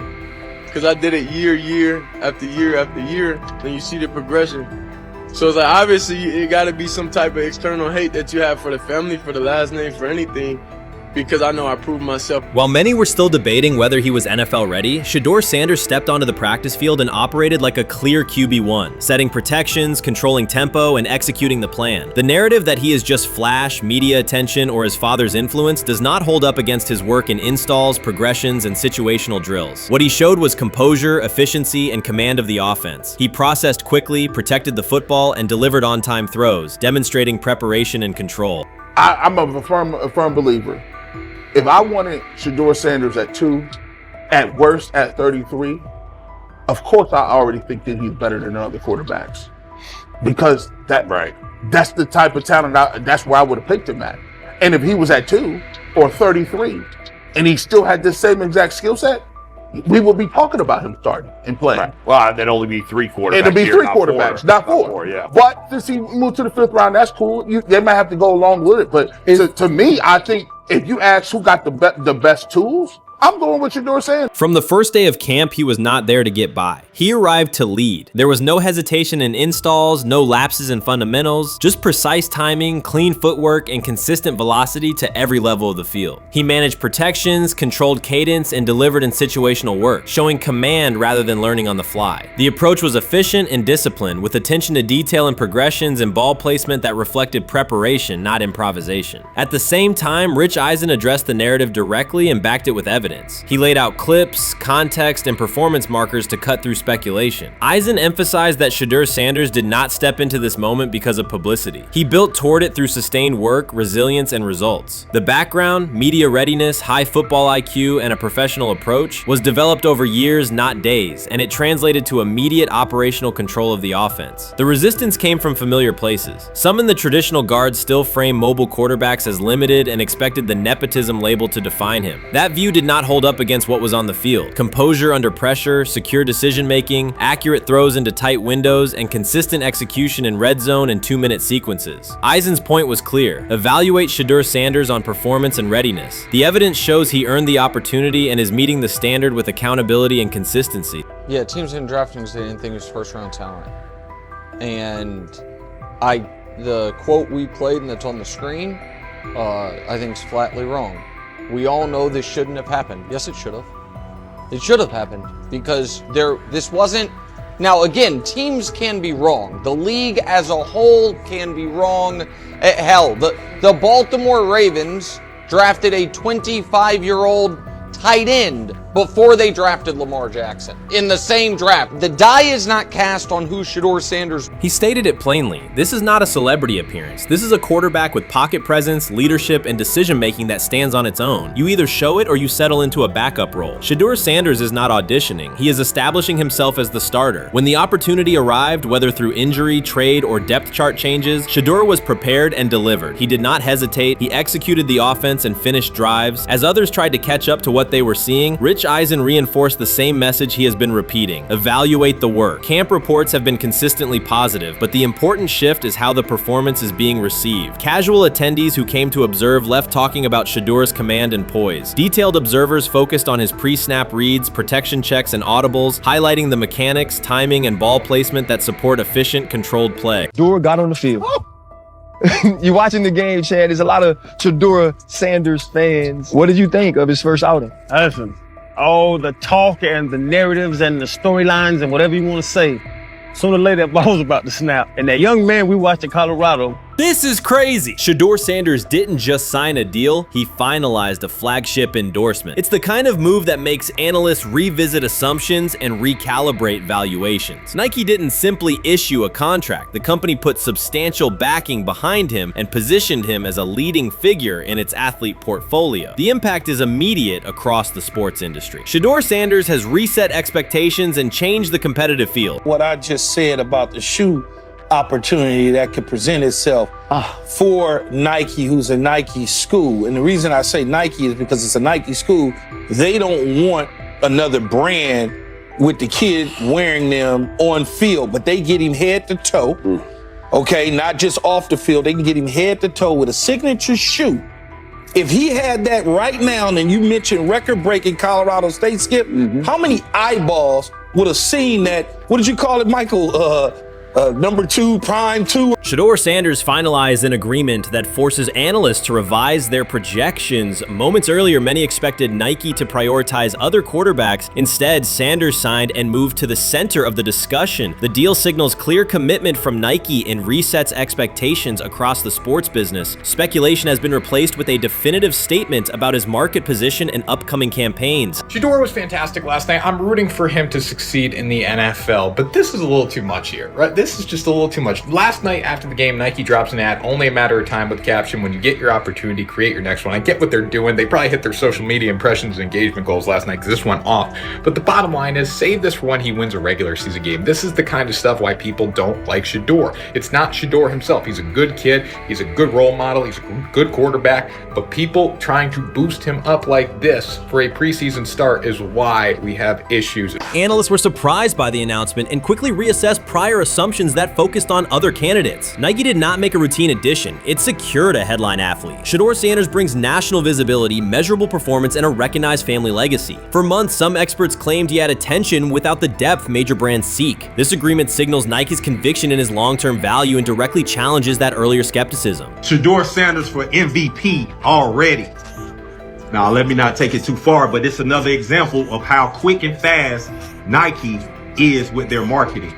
Perfect. Shedeur is the perfect athlete to work with. He's unique. He sticks to himself and his family for the most part. He's marketable. He's charismatic. He smiles. All of the above. And Nike is so quick with the timing. They say only a matter of time. Nike reached a different conclusion. The company made a clear commitment, and the commentary that dismissed the possibility is now being revised. The announcement is not the beginning of the story. It is the outcome of a trajectory that has been building for some time. Shedeur Sanders' rise has been unconventional and decisive. He drew sustained attention even when many claimed not to be watching. More than a position on the depth chart, he delivered presence, audience growth, and momentum. In this case, market impact and leadership qualities carried as much weight as traditional metrics, and Nike acted on that assessment. Did y'all see about like the business side of it, like his contract? Like he gets a percentage of everyone in his jersey sales. Oh yeah. So they wanted to like basically shadow ban him and his stock pick, because the more famous he is and the more they sell, they owe him more money. I probably believe it. Probably something he like has that. Apparently a super unique NFL contract. Damn. That's interesting. I would love to see I gotta that. do some more research, but And that Browns fan base, bro, they have been through some shit. They are happy for everything to come that way. So Well, they everybody rocking buying them jerseys. And did y'all see the price of tickets for that preseason game after he announced that he was gonna be the starter? Crazy. Bro, that shit went from $12 to $150. At Colorado, Shedeur Sanders generated consistent national attention through performance, media presence, and high visibility moments that elevated the program's profile. That positioning aligns with what Nike seeks, not only athletes, but figures who influence culture and drive conversation. The brand signs leaders who can shape markets, athletes whose impact shows up in audience growth, engagement, and partner interest, not just in weekly box scores. Many evaluations missed this broader picture by focusing narrowly on passer ratings and comparisons that failed to capture Sanders' reach and commercial pool. Nike's history reinforces the approach. Michael Jordan became a global identity, LeBron James matured into a generational centerpiece from day one, and Serena Williams reshaped both competitive standards and style narratives. The decision to back Shedeur Sanders fits within that framework, a calculated investment in a quarterback with crossover appeal, measurable momentum, and a recognizable lineage. It signals that Nike views his value as extending beyond on-field results to sustain brand relevance and long-term market impact. Hey, bro. Can we keep it a bean, dog? He shouldn't have been no 5th round pick, dog. He should not have been a 5th round pick. Now, he plays on the Browns. I'm a Steelers fan, so like him doing well, it's like, do I really want to see him? Not really. I'm rooting for the brother, though. I'm rooting for him. Probably the one Cleveland Brown player I root for. But 14 of 23, 138 passing yards, 2 TDs. He missed a couple throws here and there. I was like, damn, Shedeur, really? You missed that? You missed that throw? Was it early? Many analysts argue yes. That view reflects an older assumption that endorsement value tracks narrowly with box score output. In 2025, brand decisions weigh audience reach, reliability of attention, and cultural relevance alongside performance. Shedeur Sanders doesn't only produce plays, he generates sustained visibility across platforms and demographics. Nike prioritizes athletes who can maintain conversation even between games. Sanders delivers consistent engagement, repeatable storylines, and measurable spikes in impressions when he appears, factors that translate directly into marketing efficiency. This is less about highlight reels alone and more about dependable distribution, an athlete who moves awareness, traffic, and product sell-through. Recent commentary suggested the NIL market was cooling and that brands would tighten spend. This announcement points the other way. A flagship commitment from Nike undercuts the caution-first narrative and affirms that attention with durability still commands premium terms. Whether audiences tune in to support him or to critique him, the net effect is the same: predictable viewership that reduces campaign risk. The implications extend beyond one signing. This elevates expectations for top college athletes and shifts negotiations toward quantifiable reach, conversion, and content output. Where the question once centered on whether emerging stars could secure 6- or 7-figure packages, the discussion now moves to structure, multi-year horizons, equity or revenue components, creative control, and integrated media plans. Brands will benchmark against Sanders' deal, and athletes will price to the standard it sets. The clause is called prime equity. This clause gives Sanders a percentage of revenue generated from merchandise, sponsorships, and promotions linked to his name and likeness. When they got NIL in the NFL. Oh yeah, that's why people ain't fucking with him. That's what they said. It wasn't that his character was stupid. They was trying He's too smart. Yeah, that's why he got picked so far back, because apparently his agents wanted this clause in the contract. That's interesting. I didn't know that. I didn't either. Shedeur Sanders' agreement establishes a new benchmark for athlete marketing. It confirms that brands will invest at scale when a player demonstrates influence beyond performance, being able to sustain attention, shape narratives, and move product across platform. For the NIL market, the standard shifts from pure statistics to a broader profile: audience reliability, cultural relevance, and content output that can anchor campaigns. There is also an NFL draft dimension. Visibility and expectations intensify when a prospect carries both a high-profile surname and a flagship brand relationship. As Deion Sanders' son and now a leading Nike partner, every snap will be evaluated as a proof point. Strong stretches will be read as validation of the investment. Mistakes will draw outsized scrutiny. The spotlight becomes a constant variable in his development. This deal reflects a family strategy as much as an individual one. Deion Sanders understands sports branding and has built a repeatable playbook around it. Nike did more than sign a quarterback. It aligned with a multi-generational platform that consistently commands attention. Analysts who framed this as a single athlete decision missed the leverage of the broader enterprise. The Sanders name functions like an established asset, recognizable, durable, and connected to a large, engaged audience. Nike's bet is not only on Shedeur's on-field trajectory, but on the continuity of a legacy brand that spans eras. The value proposition is clear: storyline, lineage, and long-term market impact, with on-field results serving as an accelerant rather than the sole driver. I think Shedeur can play. I thought he was the best quarterback in college football a year ago. Okay, he was supposed to be the number 1 pick 6 months before the draft. It paid 1-to-1, from an odd standpoint. But Will, and I know how. I already know how this is going to go. I already know how this is going to be received by a lot of people, because I'm going to be labeled a hater or even worse. What comes next is expansion. This agreement is not only a payout, it is a platform. The core question is no longer whether Shedeur Sanders will succeed, but how far his brand can scale before he takes an NFL snap. Signature footwear, dedicated apparel, and placement in major Nike campaigns are all realistic pathways, potentially arriving before his rookie season begins. That scope is why the announcement is drawing sustained attention. The reaction also reflects an admitted miss by many observers. They undervalued the shift toward athletes who can carry conversation and commerce between games. Nike anticipated that change and moved early. The immediate task is to assess the broader impact on college athletics, the NIL market, and competing brands that now have to reprice and reposition. In practical terms, this deal sets new expectations for structure and visibility. It ties Sanders to a global distribution engine and makes each appearance a measurable marketing event. The narrative is straightforward. Nike identified durable attention, aligned with it, and formalized the bet. The market will adjust to the standard this creates. When he led college football in completion percentage and he threw almost 40 touchdowns for over 4,000 yards, how tall was he? Because they make it seem like he shrunk all of a sudden, RC. Oh, how lively was his arm? Because all I know is somebody did that. Somebody threw for over 4,000 yards, somebody threw for almost 40 touchdowns, and somebody led college football in completion percentage. Now, I'm trying to figure out, what I try to figure out all the time, Mel, is how a guy that hadn't played football in almost 5 months. Shannon Sharpe has publicly defended Shedeur Sanders and criticized those questioning him. Sanders has earned higher recognition and some fans are responding negatively. Although there's debate about whether he belongs on a second team list, Sharpe maintains that Sanders' career is clearly ascending. Reactions on social media are mixed. Some users are angry, others are surprised, and a few say they anticipated this result. The conversation remains active. When reports confirmed that Shedeur Sanders had been elevated from second team to near top tier status, Shannon Sharpe issued an emphatic response. He delivered a detailed rebuttal to critics, underscoring why Sanders deserved the promotion and directly challenging those who doubted the decision. I don't think that he was underprepared during these meetings. I don't believe any of these stories that he showed up arrogant and that he was bombing his interviews. I mean, you watch the film, he's on time, he's on point.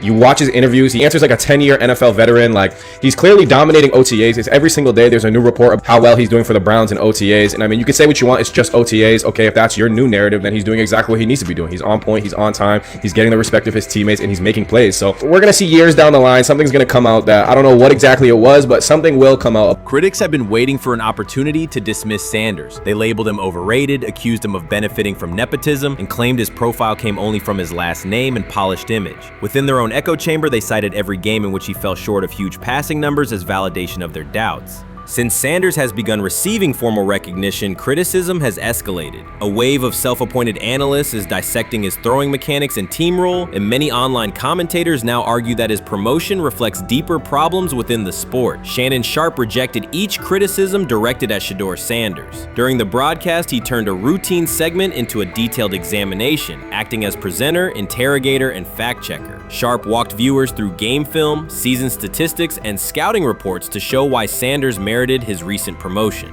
Whenever a panelist claimed Sanders had not earned the role, Sharpe countered with completion percentages, efficiency ratings under pressure, and documented late-game drives that changed outcomes. He stressed that the backlash was driven less by on-field evidence and more by reluctance to revise earlier opinions. Sharpe argued that critics were upset not because Sanders lacked qualifications, but because his progress contradicted their initial narrative. By the end of the discussion, Sharpe had moved past simple defense and reframed Sanders as a clear example of performance-based advancement, demonstrating that early predictions can be wrong. Never heard of no Dylan Gabriel or Tyler Shock. What the hell is that? So how is Shedeur Sanders going behind them? I'll tell you how. Collusion. 4 different times they passed on him. How the hell does that happen? 4 rounds. It doesn't happen to a quarterback. We've never seen anything like this before. Shedeur Sanders with the watch. Shedeur Sanders with his bravado. Shedeur Sanders with this supposed arrogance or whatever. Shedeur Sanders' advancement did not happen by chance. While detractors questioned his resume online, he continued to prepare, attend every practice, and deliver accurate throws under pressure. The contrast between his output and the complaints directed at him has been stark. Some critics even argued the selection committee was, quote, biased toward performance, as if rewarding strong play were improper. Rumors quickly followed. Certain commentators speculated that a public relations push from the Sanders family must have influenced voters, suggesting everything from coordinated media strategies to alleged favors for coaches. None of these theories addresses the basic point. Sanders earned his promotion through consistent production, poise in the pocket, precise ball placement, and efficient decision-making. Shannon Sharpe highlighted these facts during his response. He noted that Sanders' performance metrics justify the recognition and emphasize that resistance to the move stems more from prior prejudice than from substantive evaluation. For Sharpe, the goal was clear: present the data, challenge unfounded claims, and correct the narrative. The discussion, therefore, became a broader statement about acknowledging merit and abandoning outdated assumptions. Colin Cowherd defend college basketball coaches who have gotten a DUI, come to their defense and say they didn't need to be fired, that they deserve a second chance.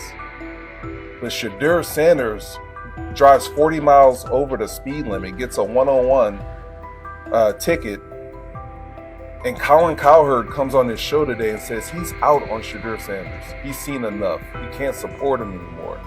He can't be in the Shedeur Sanders camp because of this speeding ticket. Shannon Sharpe addressed commentators who portray constant doubt as expertise. Those who discount strong performances with "we'll see," but declare bust after a single mistake. He noted their belief that progress only counts if an athlete visibly struggles. Sharpe's response was methodical rather than emotional. He presented evidence, cited statistics, and calmly refuted each claim. Following his remarks, several critics began revising or deleting earlier posts, recasting themselves as longtime supporters of Shedeur Sanders despite having questioned him for months. Sharpe insists on accountability, naming specific individuals and dates while requesting public acknowledgement of prior errors. He argues that analysts cannot spend months undermining a player's potential and then quietly adopt a supportive stance once the athlete succeeds. These are serious, big-time, top-of-the-line playmakers that they have. If you can go 45 to 42 in the fourth quarter because your quarterback set the school record with 510 yards passing.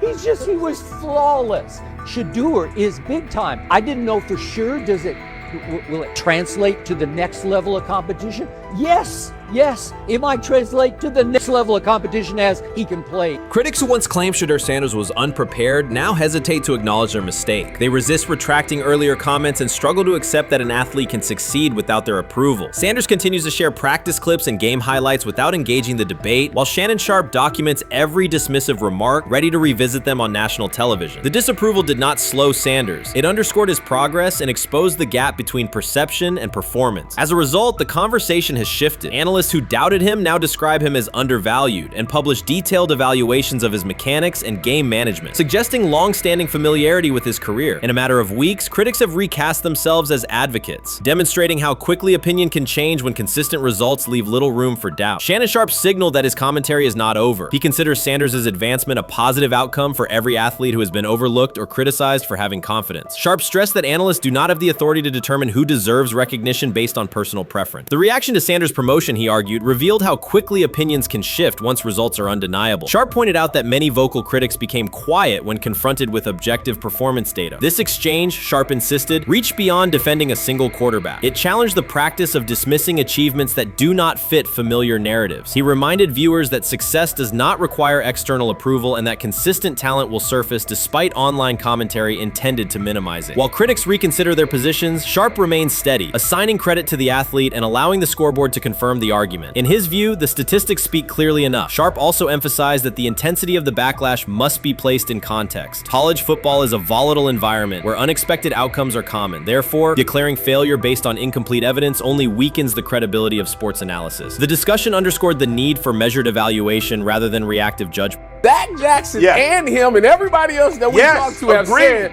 that Shedeur looks good. He looks really good. Yes. He looks better. And we got Zach that say Dylan Gabriel ain't even an NFL quarterback. It's true. So how is it that this man can't get a rep with the ones, but that non-NFL quarterback can? We all what agree with sense that. does that make? Some observers now claim that recognizing Shedeur Sanders' strong performance undermines football's traditional standards, even though they previously argued he received coverage only because of his father. Faced with Sanders' current statistics, those critics are searching for explanations that fit their earlier narrative. The data have always been clear. Their earlier objections ignored that fact. Shannon Sharpe is openly highlighting this reversal, comparing past negative remarks with Sanders' recent 400-yard games to demonstrate the gap between criticism and evidence. Sharpe did not force these commentators to backtrack. He simply displayed their earlier claims alongside Sanders' results, allowing the contrast to speak for itself. You made an interesting point. So I tend to have the drip, drip, drip. This was my Johnny Manziel theory, is that everybody makes mistakes, especially when you're young. But if I see 2, 3, 4, 5, then you've got a plumbing issue. It's not just you didn't close the faucet. So there's about 6 pieces of video in college where Shedeur was a little bit of a brat, whatever. Then there's the legendary cringy draft room. Didn't love that as a B prospect. Then there's back-to-back speeding tickets, both over 90, and a missed arraignment. The NFL is navigating unexpected headlines after a former Browns coach publicly defended Shedeur Sanders in response to reports of multiple speeding tickets. The coach's statement has sparked extensive online debate. Supporters welcome the show of loyalty, while critics question the motive. Sanders now finds himself at the center of an unforeseen controversy, and observers want to know why a Cleveland coach is standing so firmly in his corner. The story is developing rapidly and continues to draw intense attention. When it came out that he got a speeding ticket, I said it's not really that big a deal. I feel very differently about it now. Over 40 miles an hour over the speed limit, less than 2 weeks after you just got a ticket. I don't know if that's entitlement or immaturity. There's got to be some teams that are feeling very good right now that they didn't draft him. Observers are focusing on Shedeur Sanders' recent speeding ticket, treating the violation as a measure of his character and sidelining his athletic, academic, and philanthropic accomplishments. The incident, driving 15 miles per hour over the limit in a borrowed Lamborghini, has drawn sharp criticism. In response, a former Cleveland Browns coach has taken the opportunity to comment, even though the franchise is widely viewed as unstable due to its frequent coaching changes and limited on-field success. By defending Sanders, he presents himself as an authority on discipline and leadership. The statement, coming from an organization seldom praised for stability, has nonetheless attracted considerable attention across the league. You want to defend him a little bit. I thought this was an interesting take. Yeah, I thought it was really interesting that you said you were out because of the speeding tickets. To me, that's such a minor thing. You were so high on him in terms of his completion percentage in OTAs, and I thought that was a little aggressive on your part. But with the speeding tickets, I got a speeding ticket the first night of the draft, my first year there. I thought maybe I'd get the benefit of the doubt, but they gave it to me anyways. As soon as the former Browns coach defended Shedeur Sanders, social media erupted with commentary, resembling the volume of draft night coverage. Posts and opinions appeared within minutes, and criticism escalated rapidly. Detractors amplified Sanders' minor speeding violation, while supporters argued that such reactions were disproportionate to a single traffic citation. Shedeur Sanders received 2 speeding citations, and the minor traffic issue quickly drew national attention. Before considering the former Browns coach's response, it is useful to clarify the facts. Sanders, son of Pro Football Hall of Famer Deion Sanders and a current college quarterback, was twice ticketed for exceeding the limit while driving a high-performance vehicle. Commentary on social media escalated rapidly, with critics framing the incident as a significant character concern, even as the league has historically tolerated far more serious legal transgressions. Stepping into the debate, a former Cleveland Browns coach, best known for a tenure filled with